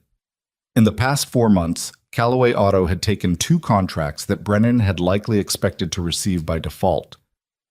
"I don't have proof," Ethan said. "No," Carla agreed. "You don't." He went downtown that afternoon and requested the original complaint filing. The clerk was apologetic about the processing time, 3 to 5 business days before the physical document would be available for inspection. Ethan thanked her and drove back to the garage and did not say anything to Marcus or Devin or Becca about what was happening, because there was nothing concrete to say yet, and speculation in a small team traveled fast and arrived at people's ears in shapes it hadn't left in. He called Victoria from the parking lot instead. He told her about the letter, about Brennan Automotive, about the keyed van and the probable connection he couldn't yet prove. She listened without interrupting. When he finished, she was quiet for a moment. "The zoning complaint is a delay tactic," she said. "Whoever filed it knows that even a baseless complaint requires you to spend time and money responding. That's the point. It's not meant to win, it's meant to cost." "I know." "The scratch on the van is different. That's personal. Or it's meant to look personal," he said. "Make it feel like harassment. Get in my head." "Is it in your head?" He thought about that honestly. "A little." "That's okay," she said. "A little is fine. It means you're taking it seriously without letting it run you." Another pause. "What do you want to do?" "I want to respond to the zoning board in writing, thoroughly, with documented evidence of our compliance with every aspect of the business license. I want the response to be so complete that anyone reviewing it can see the complaint has no factual basis." "Good. What else?" "I want to find out who filed it." "And then?" He was quiet. "Ethan," she said, "and then what?"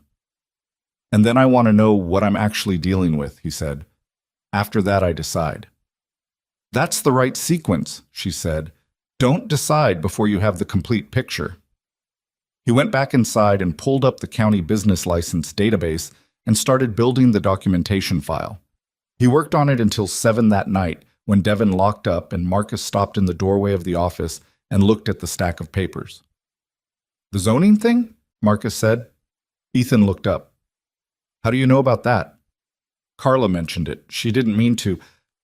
She was on the phone with the county records office when I walked by." Marcus leaned against the frame. "Brennan?" "Probably." "You want me to—" "No," Ethan said before Marcus could finish the sentence.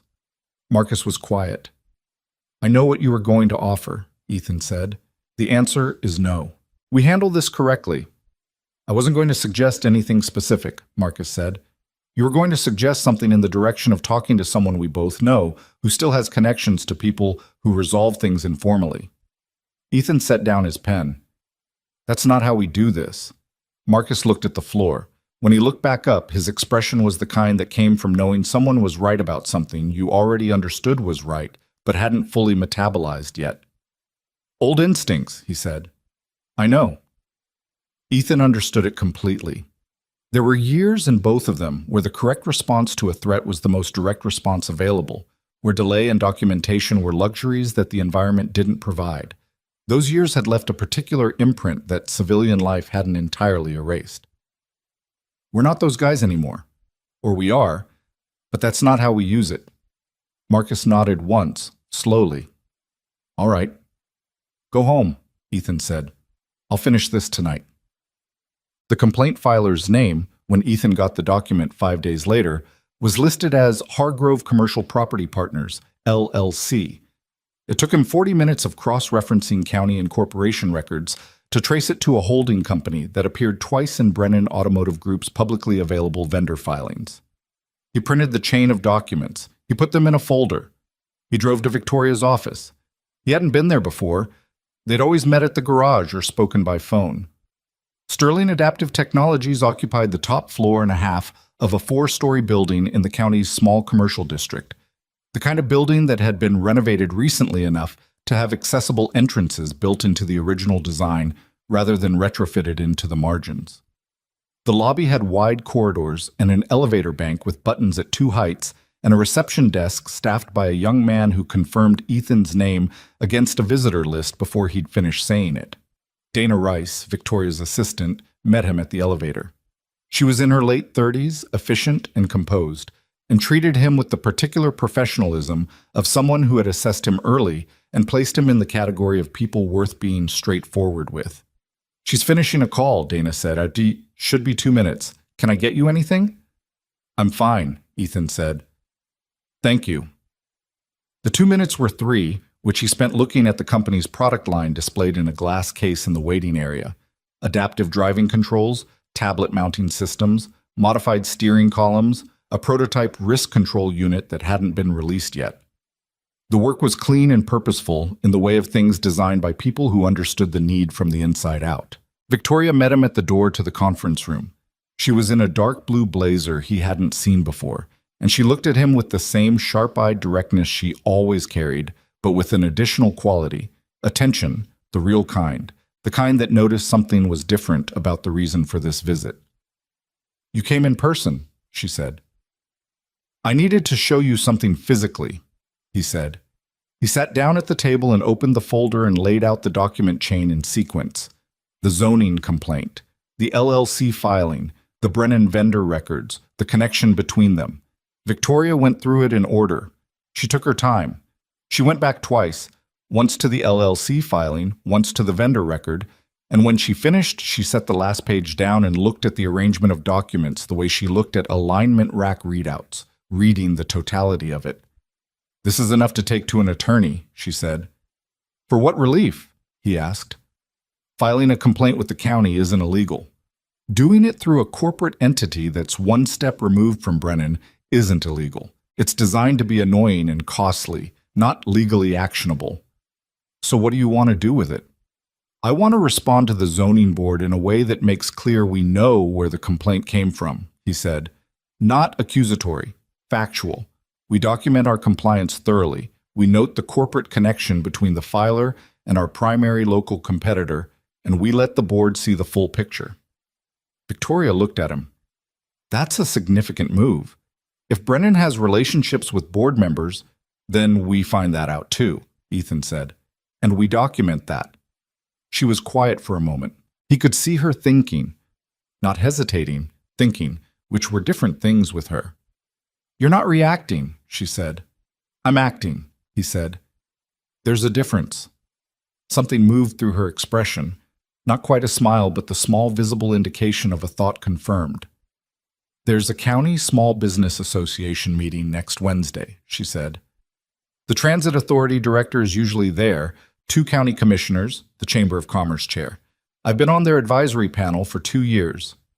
She folded her hands on the table.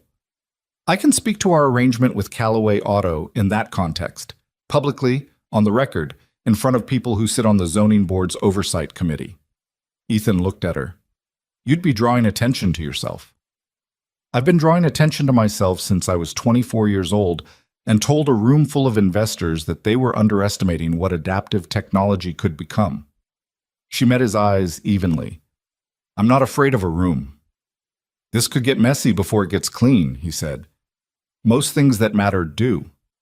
He thought about Marcus in the doorway, about old instincts, about the temptation to handle things the short way, directly, finally, with the kind of decisiveness that his years had made easy for him.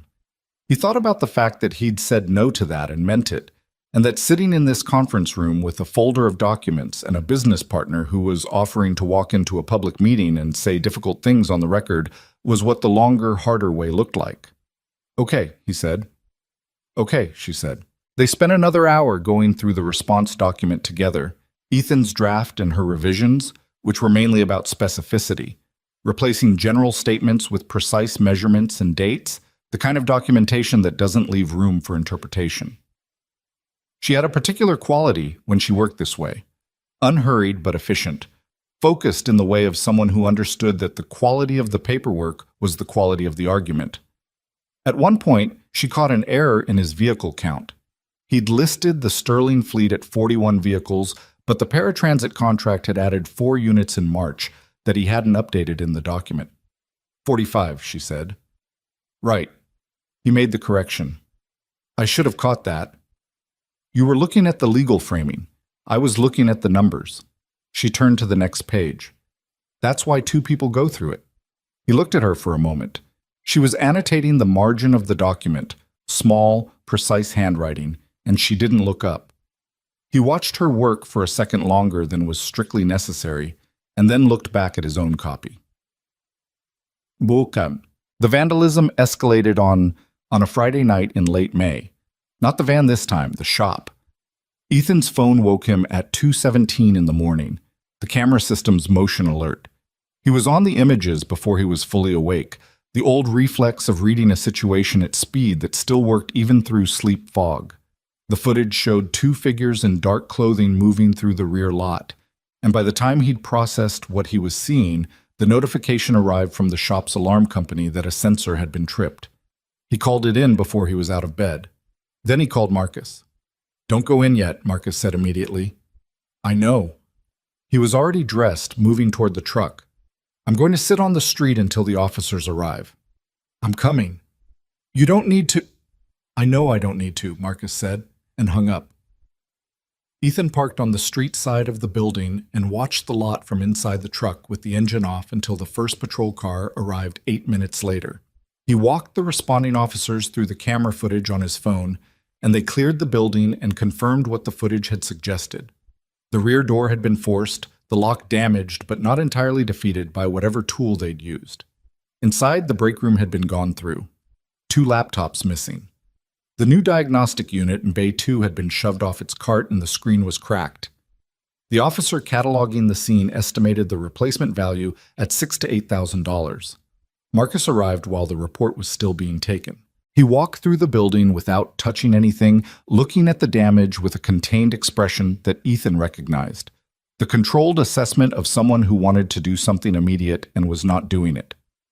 After the officers were done, and the incident numbers had been exchanged, and the board-up crew had been called for the rear door, Marcus and Ethan stood in the parking lot in the cooling May night. 2 incidents in 3 weeks, Marcus said. 3, Ethan said. The camera order was the response to the first one. You think it's the same people? I think it's organized, Ethan said. The van scratch was simple. This was a test of whether we had cameras. They used the rear approach because it was the least covered angle in the original setup. And now you've got the extended coverage. Got it last week. He looked at the building. They didn't know that. Marcus was quiet for a moment. So we have them on camera. Partial footage. Faces aren't visible. They planned that right. But gate, build, vehicle approach if they park nearby. He'd already sent the full footage to the incident report file. There's enough for pattern recognition if there's a follow-on incident. There won't be a follow-on incident, Marcus said, and his voice had the particular flat quality of someone who had made a decision.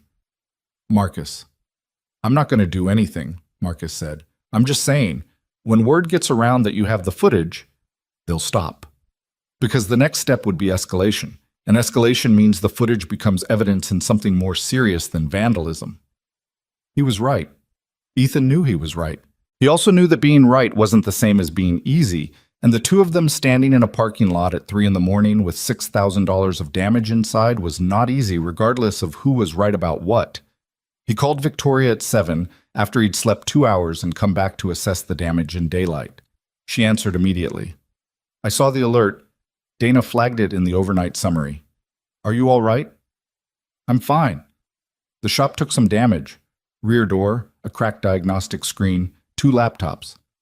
He was in the office, looking at the bay through the interior window where Devin had already started setting up the bay to equipment that hadn't been damaged.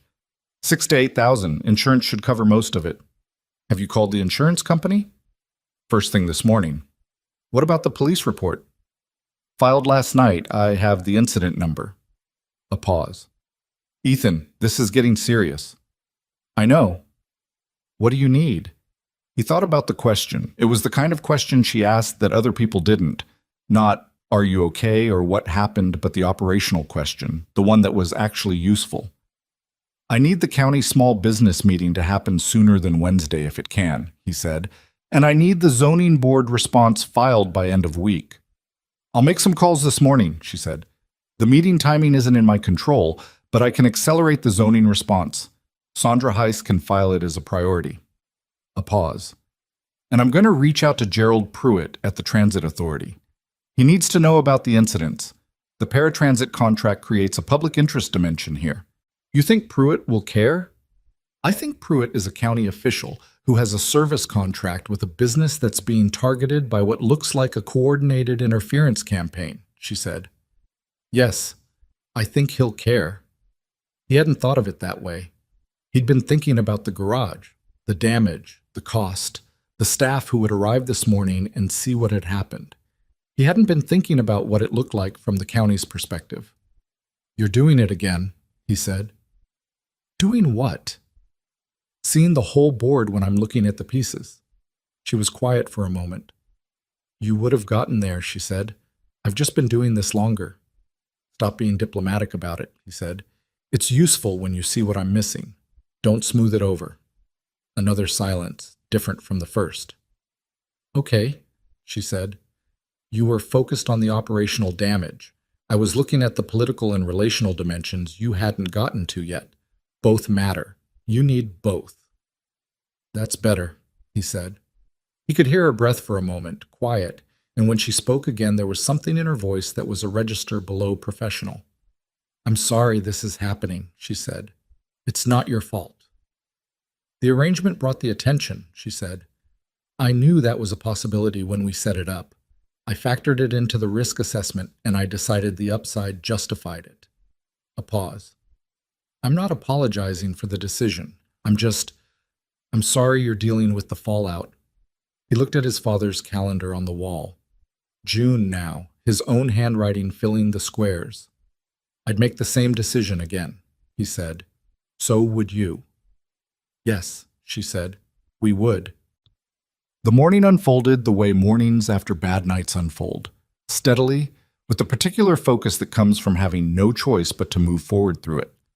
Devin arrived at 8 and assessed the damage diagnostic unit with the calm pragmatism of a man who had grown up in a household where things broke and you fixed them, or you went without.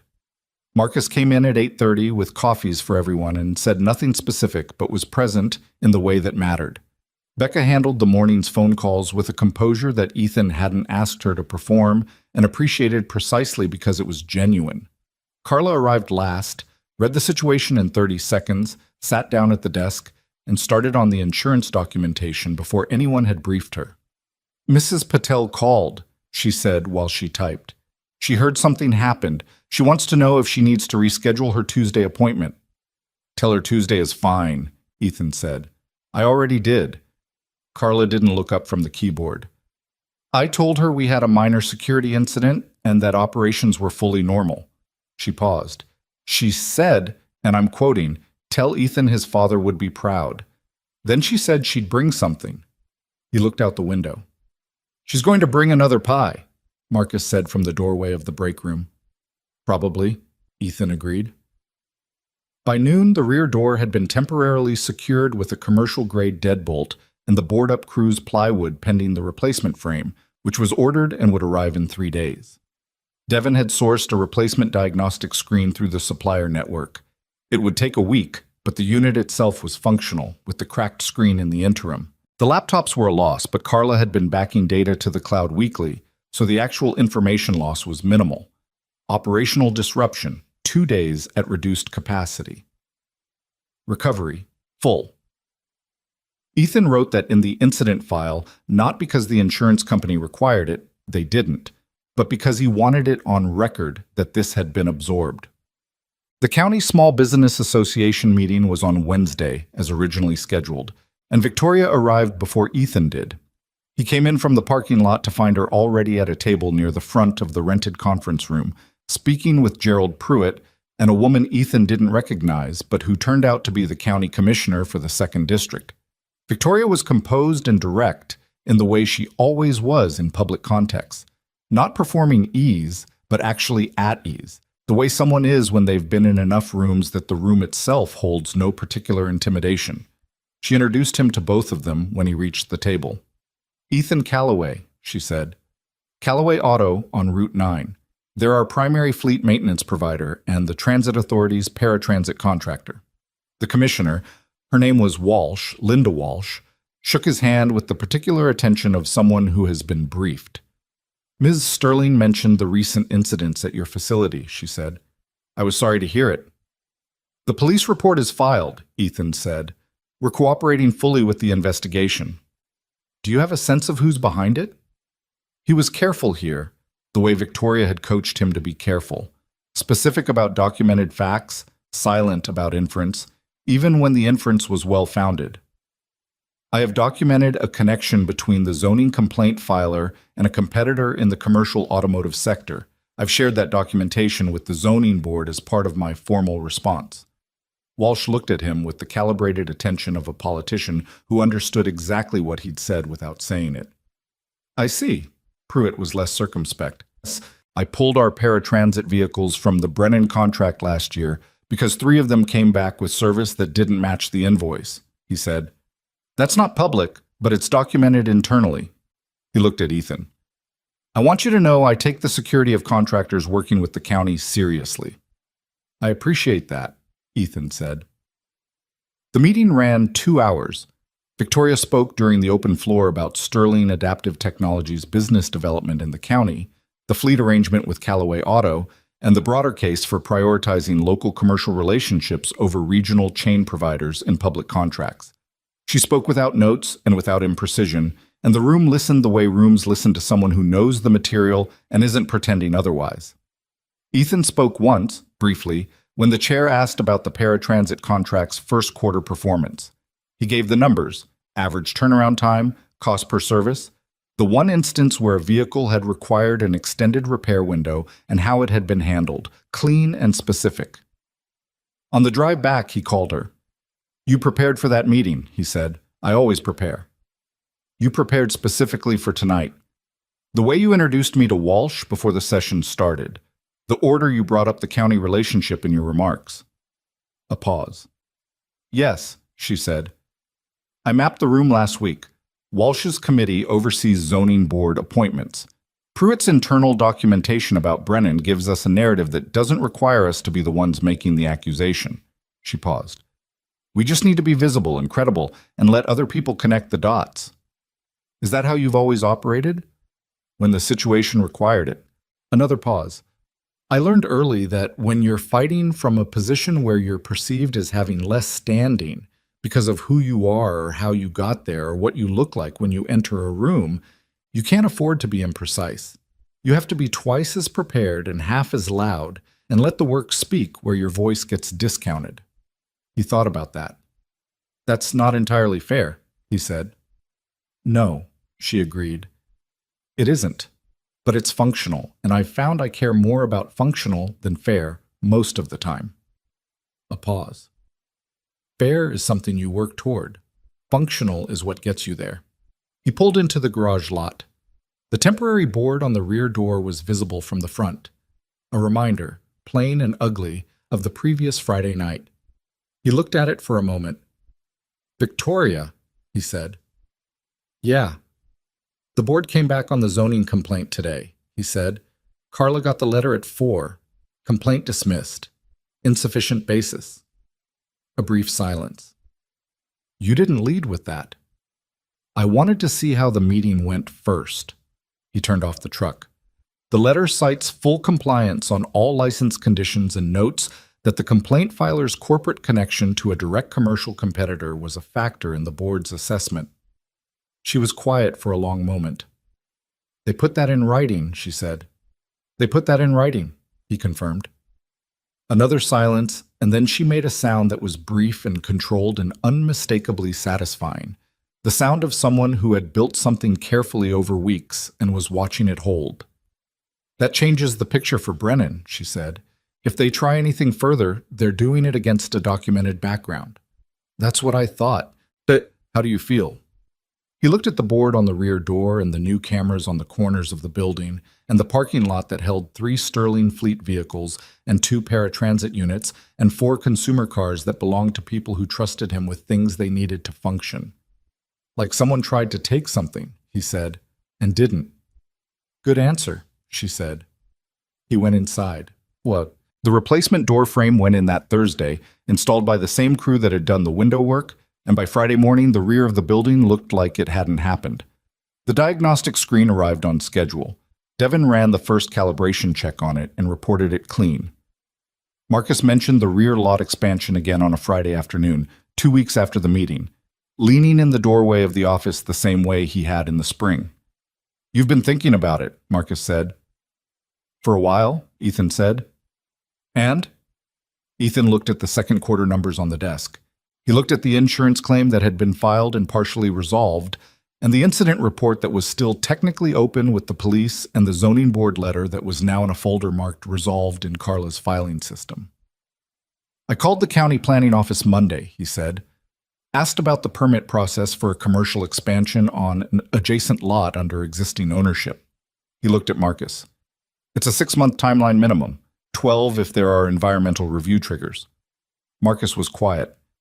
"I'm not saying no," Ethan said.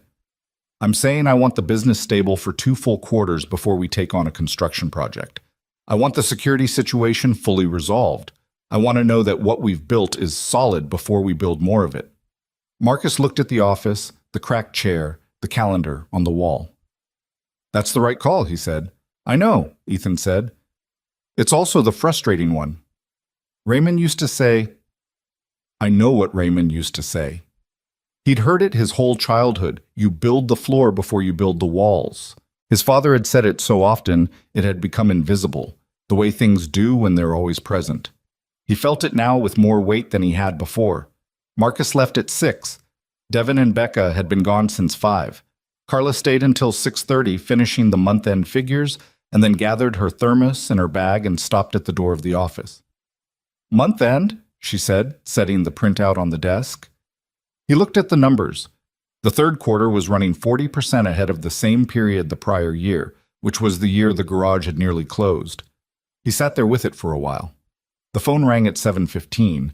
He answered it because the after-hours line went to him, and he always answered it. It was Victoria.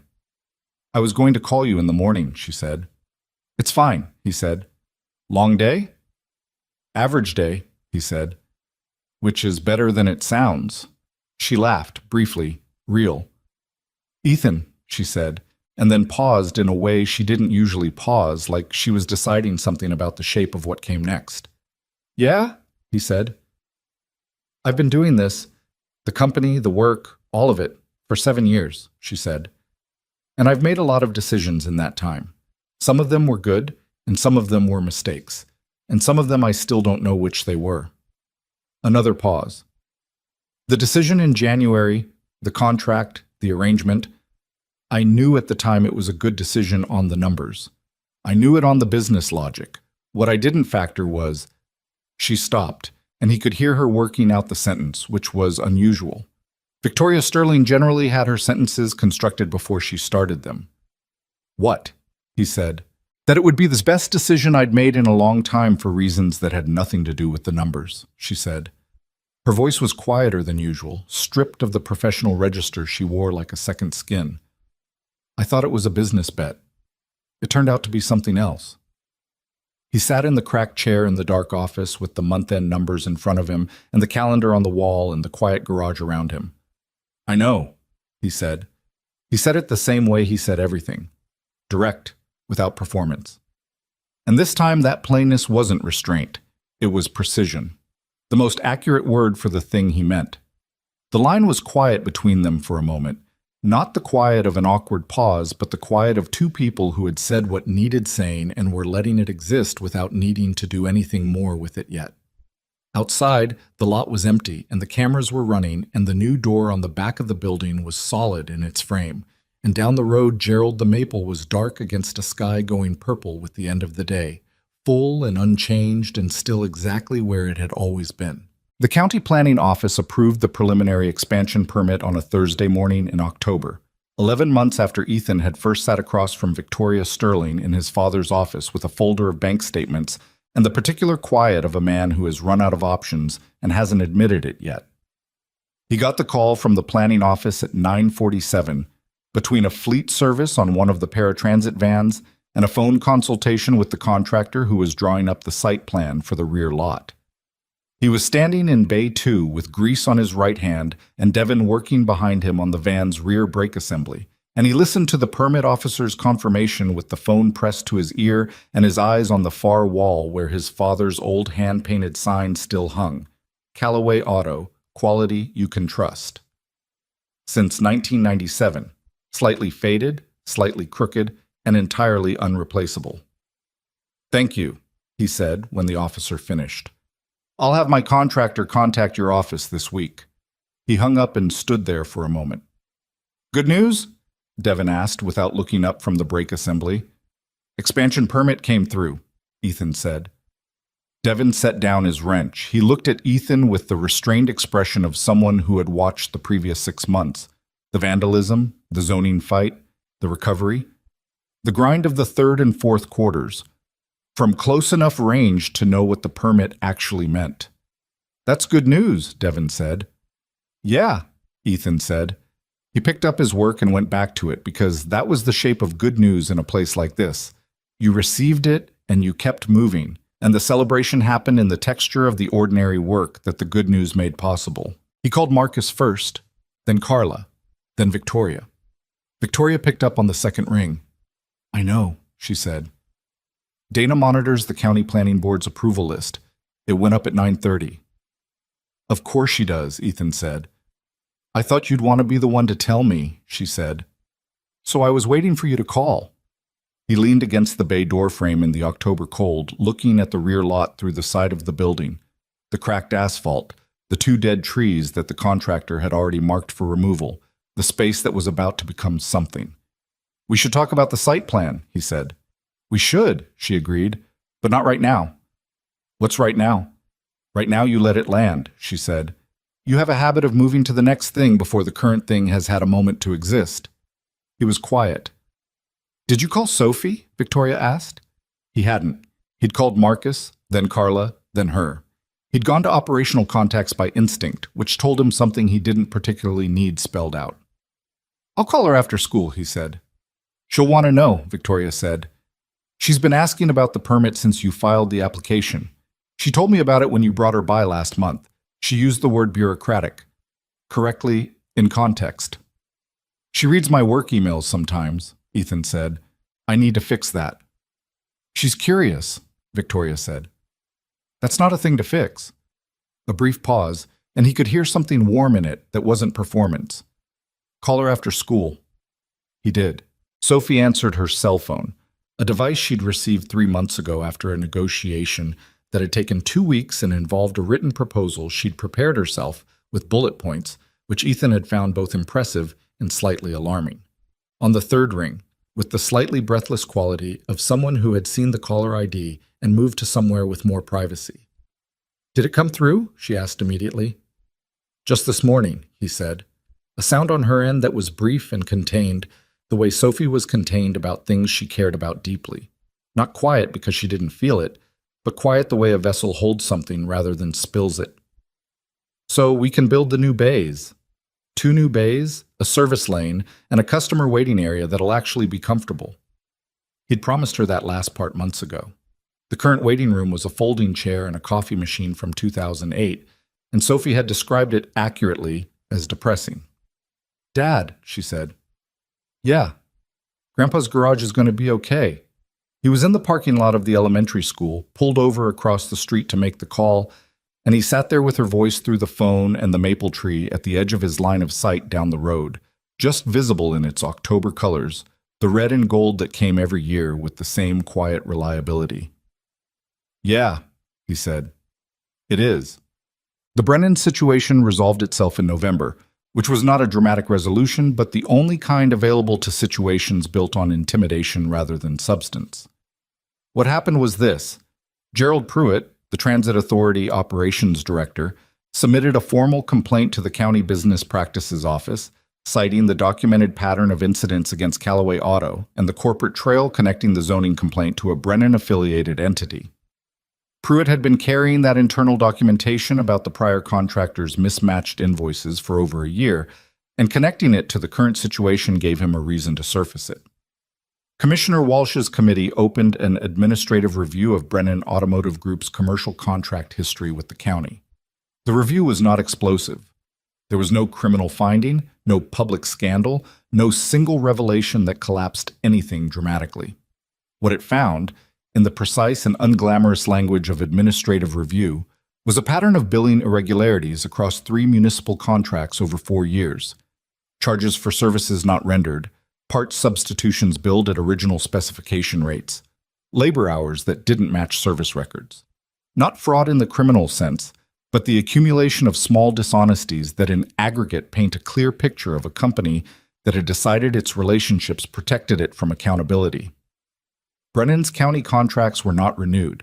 Ethan learned about the review's outcome from the county website's public posting, which Carla found on a Tuesday morning and printed and left on his desk without comment, because that was how Carla communicated things that mattered.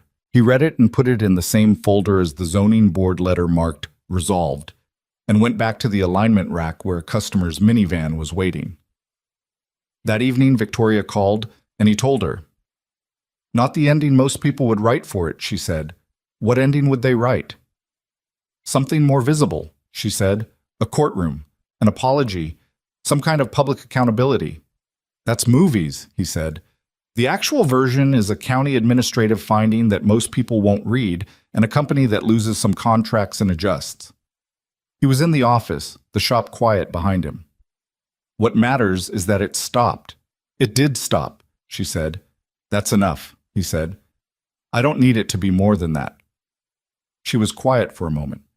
"I think that's something most people can't actually do," she said. "Accept a resolution that's real but not satisfying." "I've been doing this thing long enough," he said, "where I've learned the difference between wanting something to feel finished and something actually being finished. Years?" "Years," he agreed. "Long ones." She didn't ask which years because she already knew, not the specifics, but the general territory, the shape of the time he'd spent in places that required that kind of recalibration between the felt and the actual. She'd done her own version of it from a wheelchair in an office building, while a board of directors waited for her to fail quietly enough that they could manage the transition without disruption. Different years, same lesson. Audit. Construction began on the rear lot expansion in January, exactly 1 year after the equipment installation that had started everything in motion.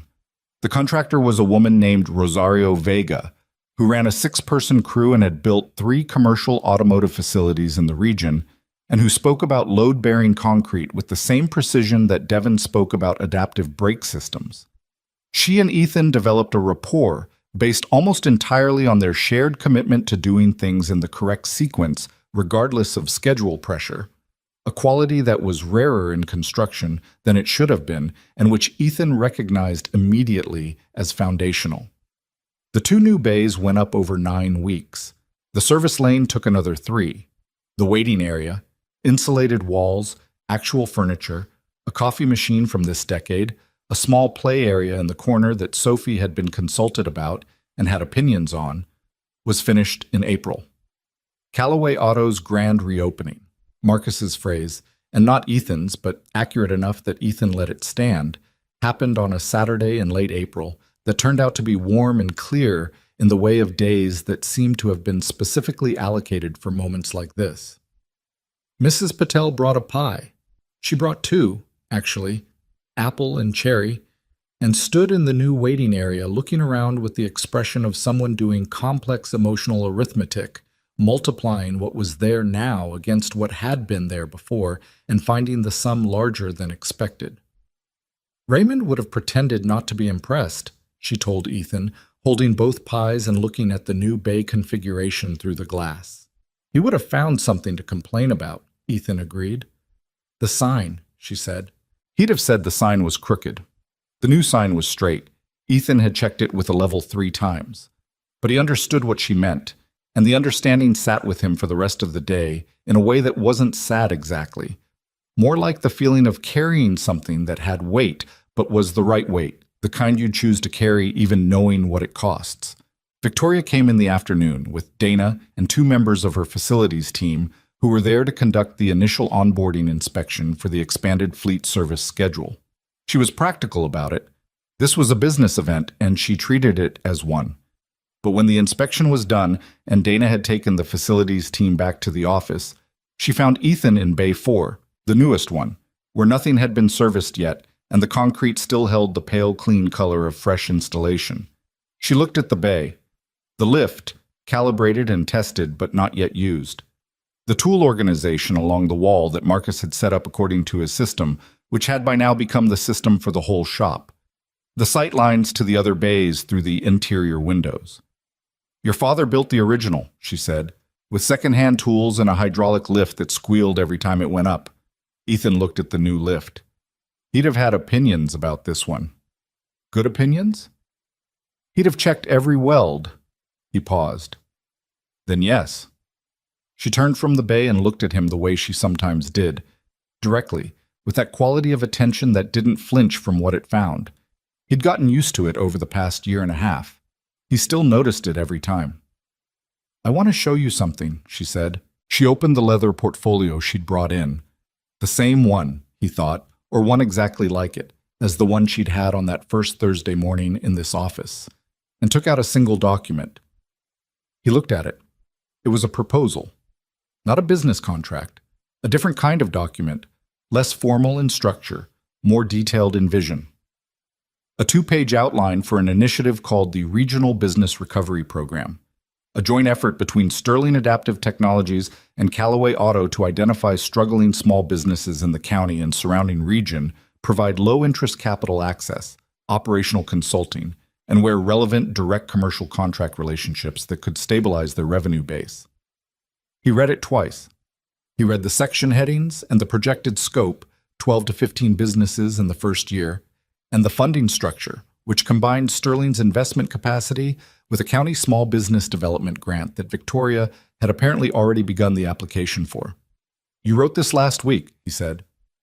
I started writing it in February, she said. I finished it last week. February? He looked at her. That was before the expansion was approved. I knew the expansion was going to be approved, she said. The question was never whether the garage was viable. The question was whether you'd want to do something larger with what you'd built once it was stable. And you decided I would. I decided I didn't know, she said, which was more honest and therefore more like her. I wrote it in case. He looked back at the document. The section at the bottom outlined the operational model. Ethan's role as a field consultant, someone who'd been through the actual experience of rebuilding a failing business under real constraints. Not a theorist, but a practitioner, paired with Sterling's capital and network. You're asking me to help other people do what we did, he said. I'm asking if you want to, she said. The garage runs itself now.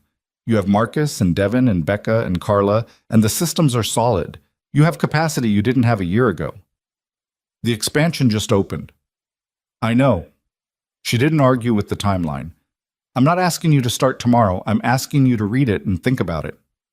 He read it again, the whole thing, standing in the new bay with the late April light coming through the high windows. He thought about the owner of the garage across the county line he'd heard about through the parts supplier network, the one running on equipment older than his father's had been when Raymond bought it secondhand. He thought about the woman who ran the adaptive equipment repair shop in the next town, who'd lost her primary supplier contract and hadn't found a replacement. He thought about the version of himself that had spread bank statements across a table at Mel's diner and told a stranger the numbers because she'd asked a direct question and he'd been too tired to perform optimism he didn't feel. He thought about what it would have meant if someone had shown up then, not with charity, but with a plan. "I'll need to understand the funding structure better," he said, "the grant timeline and the capital commitment ratios." "I can walk you through it," she said. "Or Sandra can.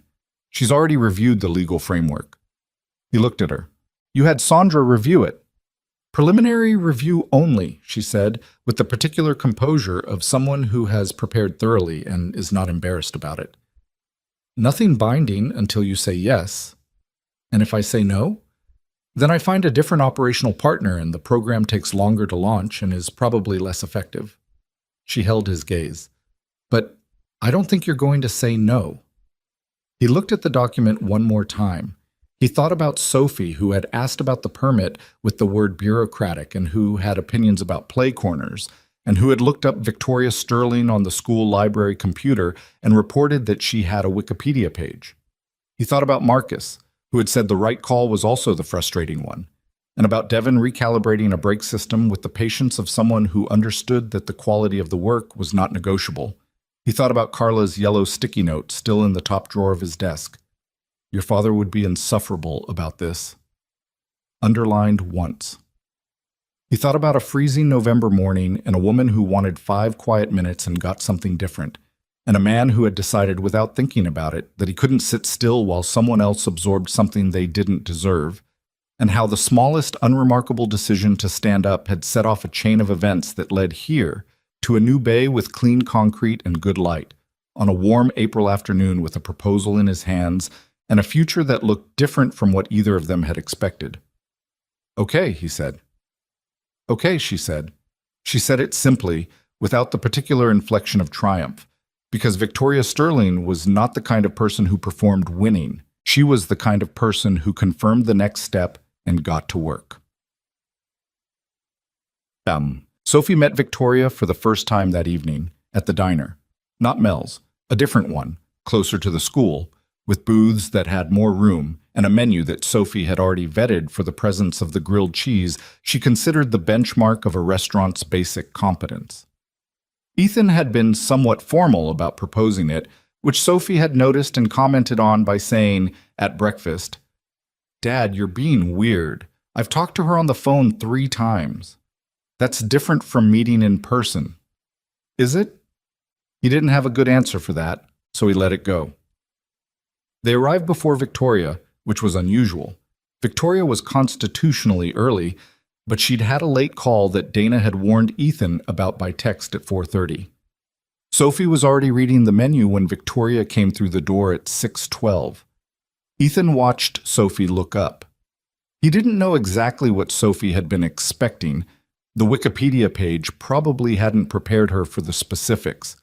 But whatever she'd been expecting, what she did when Victoria reached the table and said hello was look at her with the direct, serious attention that Sophie applied to people she was genuinely uncertain about and hadn't yet placed into a category.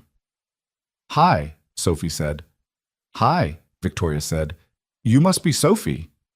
"Yeah." Sophie looked at the wheelchair for a moment. Not the complicated look that adults performed, the careful averting and then the pointed not averting, but the uncomplicated curiosity of a child who had questions and was deciding whether to ask them. "Does it have a name?" Victoria blinked once. Ethan felt the particular parental wariness of not knowing what was coming. "The chair?" Victoria said. "Yeah, our tree's named Gerald. Our car doesn't have a name, but Dad's truck is kind of named Dad's truck, which isn't a good name, but it stuck." She turned back to the menu. "You don't have to name it if you don't want to. I was just asking." "I haven't named it," Victoria said, settling at the table end. "What would you suggest?" Sophie considered this with the seriousness she brought to vocabulary sentences and chess moves. "Something practical," she said finally, "like a tool would have. Not like a pet. Then probably not Gerald. Gerald works for a tree, Sophie said. Trees are slow. Chairs should be faster. That's a reasonable distinction, Victoria said. Ethan looked at his menu and said nothing. Dinner was an hour and 20 minutes, which was longer than Ethan had estimated, and which involved Sophie explaining, at moderate length, the rules of the chess game she was learning from Marcus, the administrative injustice of her school's homework policy regarding weekends, and the specific structural reasons why the grilled cheese at this diner was adequate but not exceptional. Victoria engaged all three topics with the same focused attention she brought to balance sheets and zoning board responses, and Sophie received this as entirely normal because Sophie had never understood why adults were supposed to be less interested in the things children cared about. At one point, Sophie asked, without particular preamble, "Did it hurt when it happened, the accident?" Ethan started to intercept this and stopped himself because the question was asked without cruelty and with the genuine curiosity of someone who wanted to understand rather than to pry, and he thought Victoria could decide for herself how to handle it. "Yes," Victoria said, "for a while after, more than during. Does it still hurt?" "Sometimes, not the way it used to." Sophie nodded, satisfied by the directness of this. "My dad's shoulder hurts when it's cold. He doesn't say anything about it, but I can tell because he moves differently." "Sophie," Ethan said. "It's true," she said, unrepentant. "She should know things that are true." Victoria looked at Ethan with the edge of something in her expression. Not quite a smile, but the territory adjacent to one. "She's right," she said. "I should." He looked at his daughter, who was already back on the menu, considering dessert with her characteristic analytical gravity, and he thought about all the things you don't plan for when you're trying to build something. The moments that arrive sideways, undramatic and specific, that turn out to be the ones you remember. The Regional Business Recovery Program launched in September. The first cohort was 11 businesses. A bakery in Millhaven, whose owner had been carrying equipment debt for 6 years and turning down wholesale contracts because she couldn't meet the volume. A small HVAC company, run by a veteran who had the skills but not the operational infrastructure. A clothing alteration shop that had 3 loyal decades of customers and a lease situation that was about to end badly. A hardware store. A landscaping company. An adaptive sports equipment repair shop. That one had been Victoria's personal addition to the list, found through her own network. Ethan visited each one before the program launched. He drove out to them in his truck, the one that was kind of named Dad's truck, and sat with the owners for an hour and looked at their numbers and asked the same kind of questions Victoria had asked him, the ones that cut to the actual problem rather than the stated problem. Some of them were defensive at first. He understood that. He'd sat in his father's office and spread his own statements across the desk for a stranger, and it had taken a particular quality of tiredness to do it, the kind where the performance of being fine costs more than you have left. He didn't tell them his story at the beginning. He let them talk, and he listened, and when they ran out of talk, he asked the next question. By the end of each visit, he'd usually told them enough that they understood he wasn't operating from theory. "You were in the same position," the bakery owner said. Her name was Diane, and she'd been running her shop for 19 years, and she looked at Ethan across her work table with the wariness of someone who had been offered help before in forms that cost more than they gave. "Worse position, actually," he said. "I had equipment that was 30 years old and a competitor who was filing zoning complaints against me." "What changed?" "Someone showed up and asked the right questions," he said, "and then did something about the answers." She looked at him for a long moment. "And that's what this is." "That's what we're trying to make it," he said. He didn't promise her more than that, because overclaiming was the thing that eroded trust before it had a chance to form, and trust was the only actual currency the program ran on. "We can show you the numbers. After that, you decide." She joined the cohort.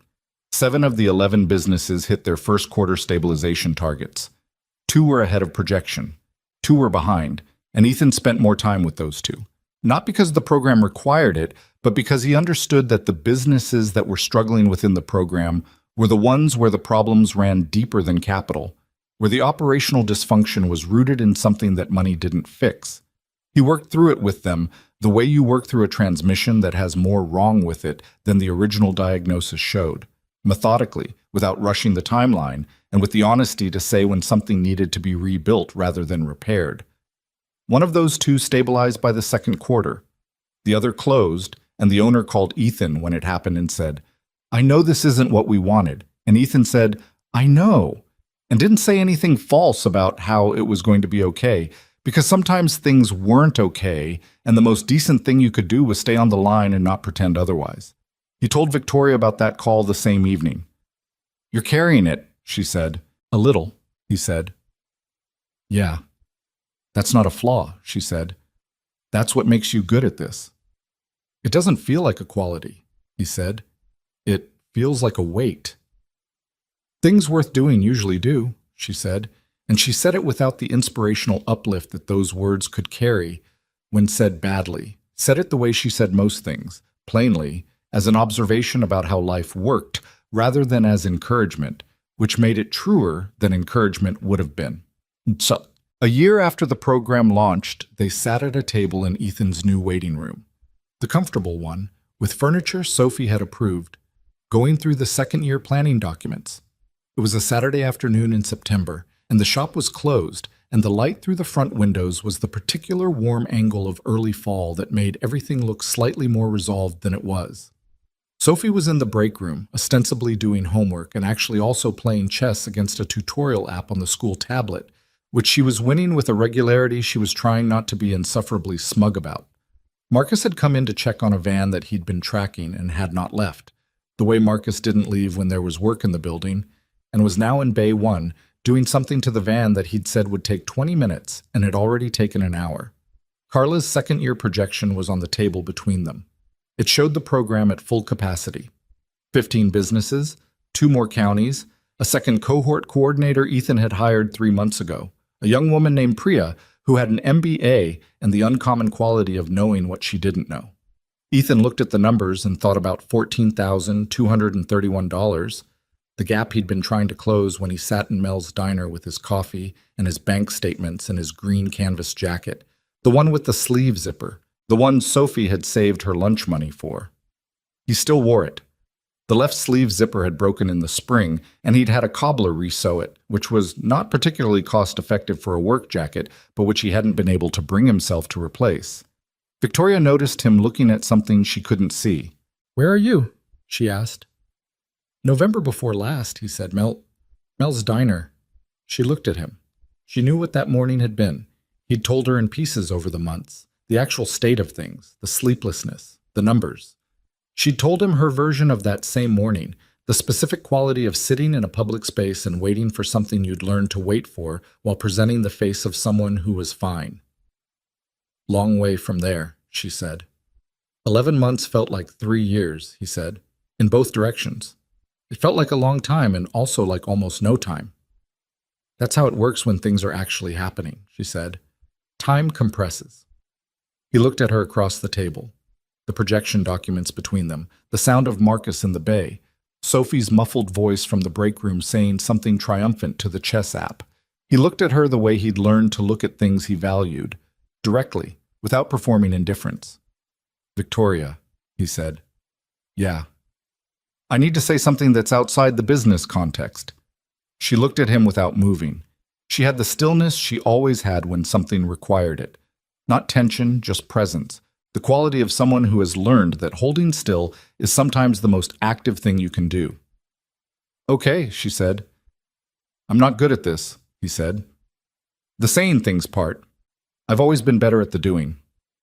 "I know," she said. "You've been doing things for a year and a half." "That's not nothing," he said. "It's a lot," she said.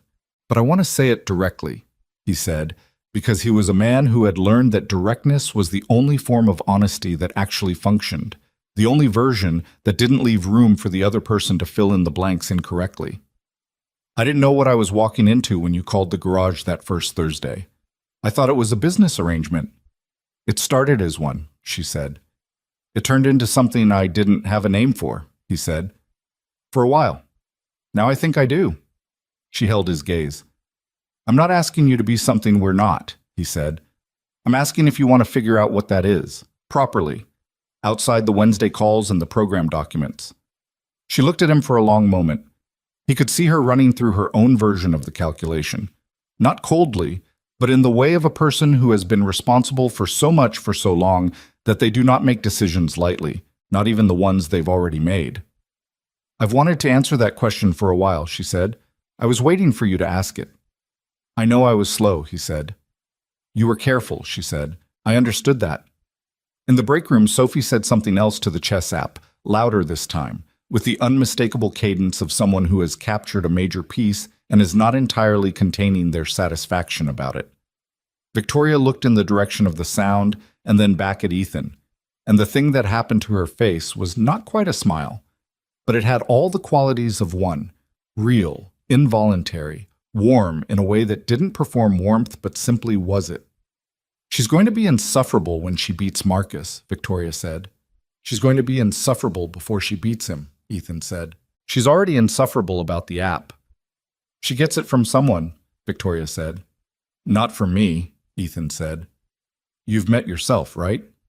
He looked at her. She looked back at him. Outside, the September light moved on the front windows, that specific amber of the turning year, and in the shop behind them, Marcus's wrench found a bolt that had been resisting, and the van made a small sound of mechanical surrender, and in the break room, Sophie announced her victory to no one in particular. The garage on the corner of Route 9 and Miller Road, Callaway. Auto, quality you can trust. Since 1997. Sat solid in the afternoon light, 4 bays now instead of 2. The rear lot extension still clean and new smelling, the sign straight and the lot full. The whole thing built out of debt and stubbornness and the specific kindness of a morning when one person decided not to look the other way. Some things you build with your hands, some things you build by showing up, day after day, in the quiet and unremarkable way that ends up meaning everything to the people who needed you to show up. The garage was both. The program was both. And the thing that was forming across the table, between 2 imperfect people who had been carrying their separate weights long enough to know the difference between someone who would help you carry yours and someone who would pretend not to see it, that was both too. It wasn't a clean ending. Clean endings were for people who hadn't lived enough to know that the real ones come without fanfare, in the middle of ordinary Saturdays, with grease still on someone's hands and a kid yelling about chess in the next room and more work coming Monday that you'll handle the same way you handled the last thing. And the thing before that? One decision at a time, with as much honesty as you can manage and enough stubbornness to stay when it gets hard. That's the whole of it. That's how broken things get rebuilt.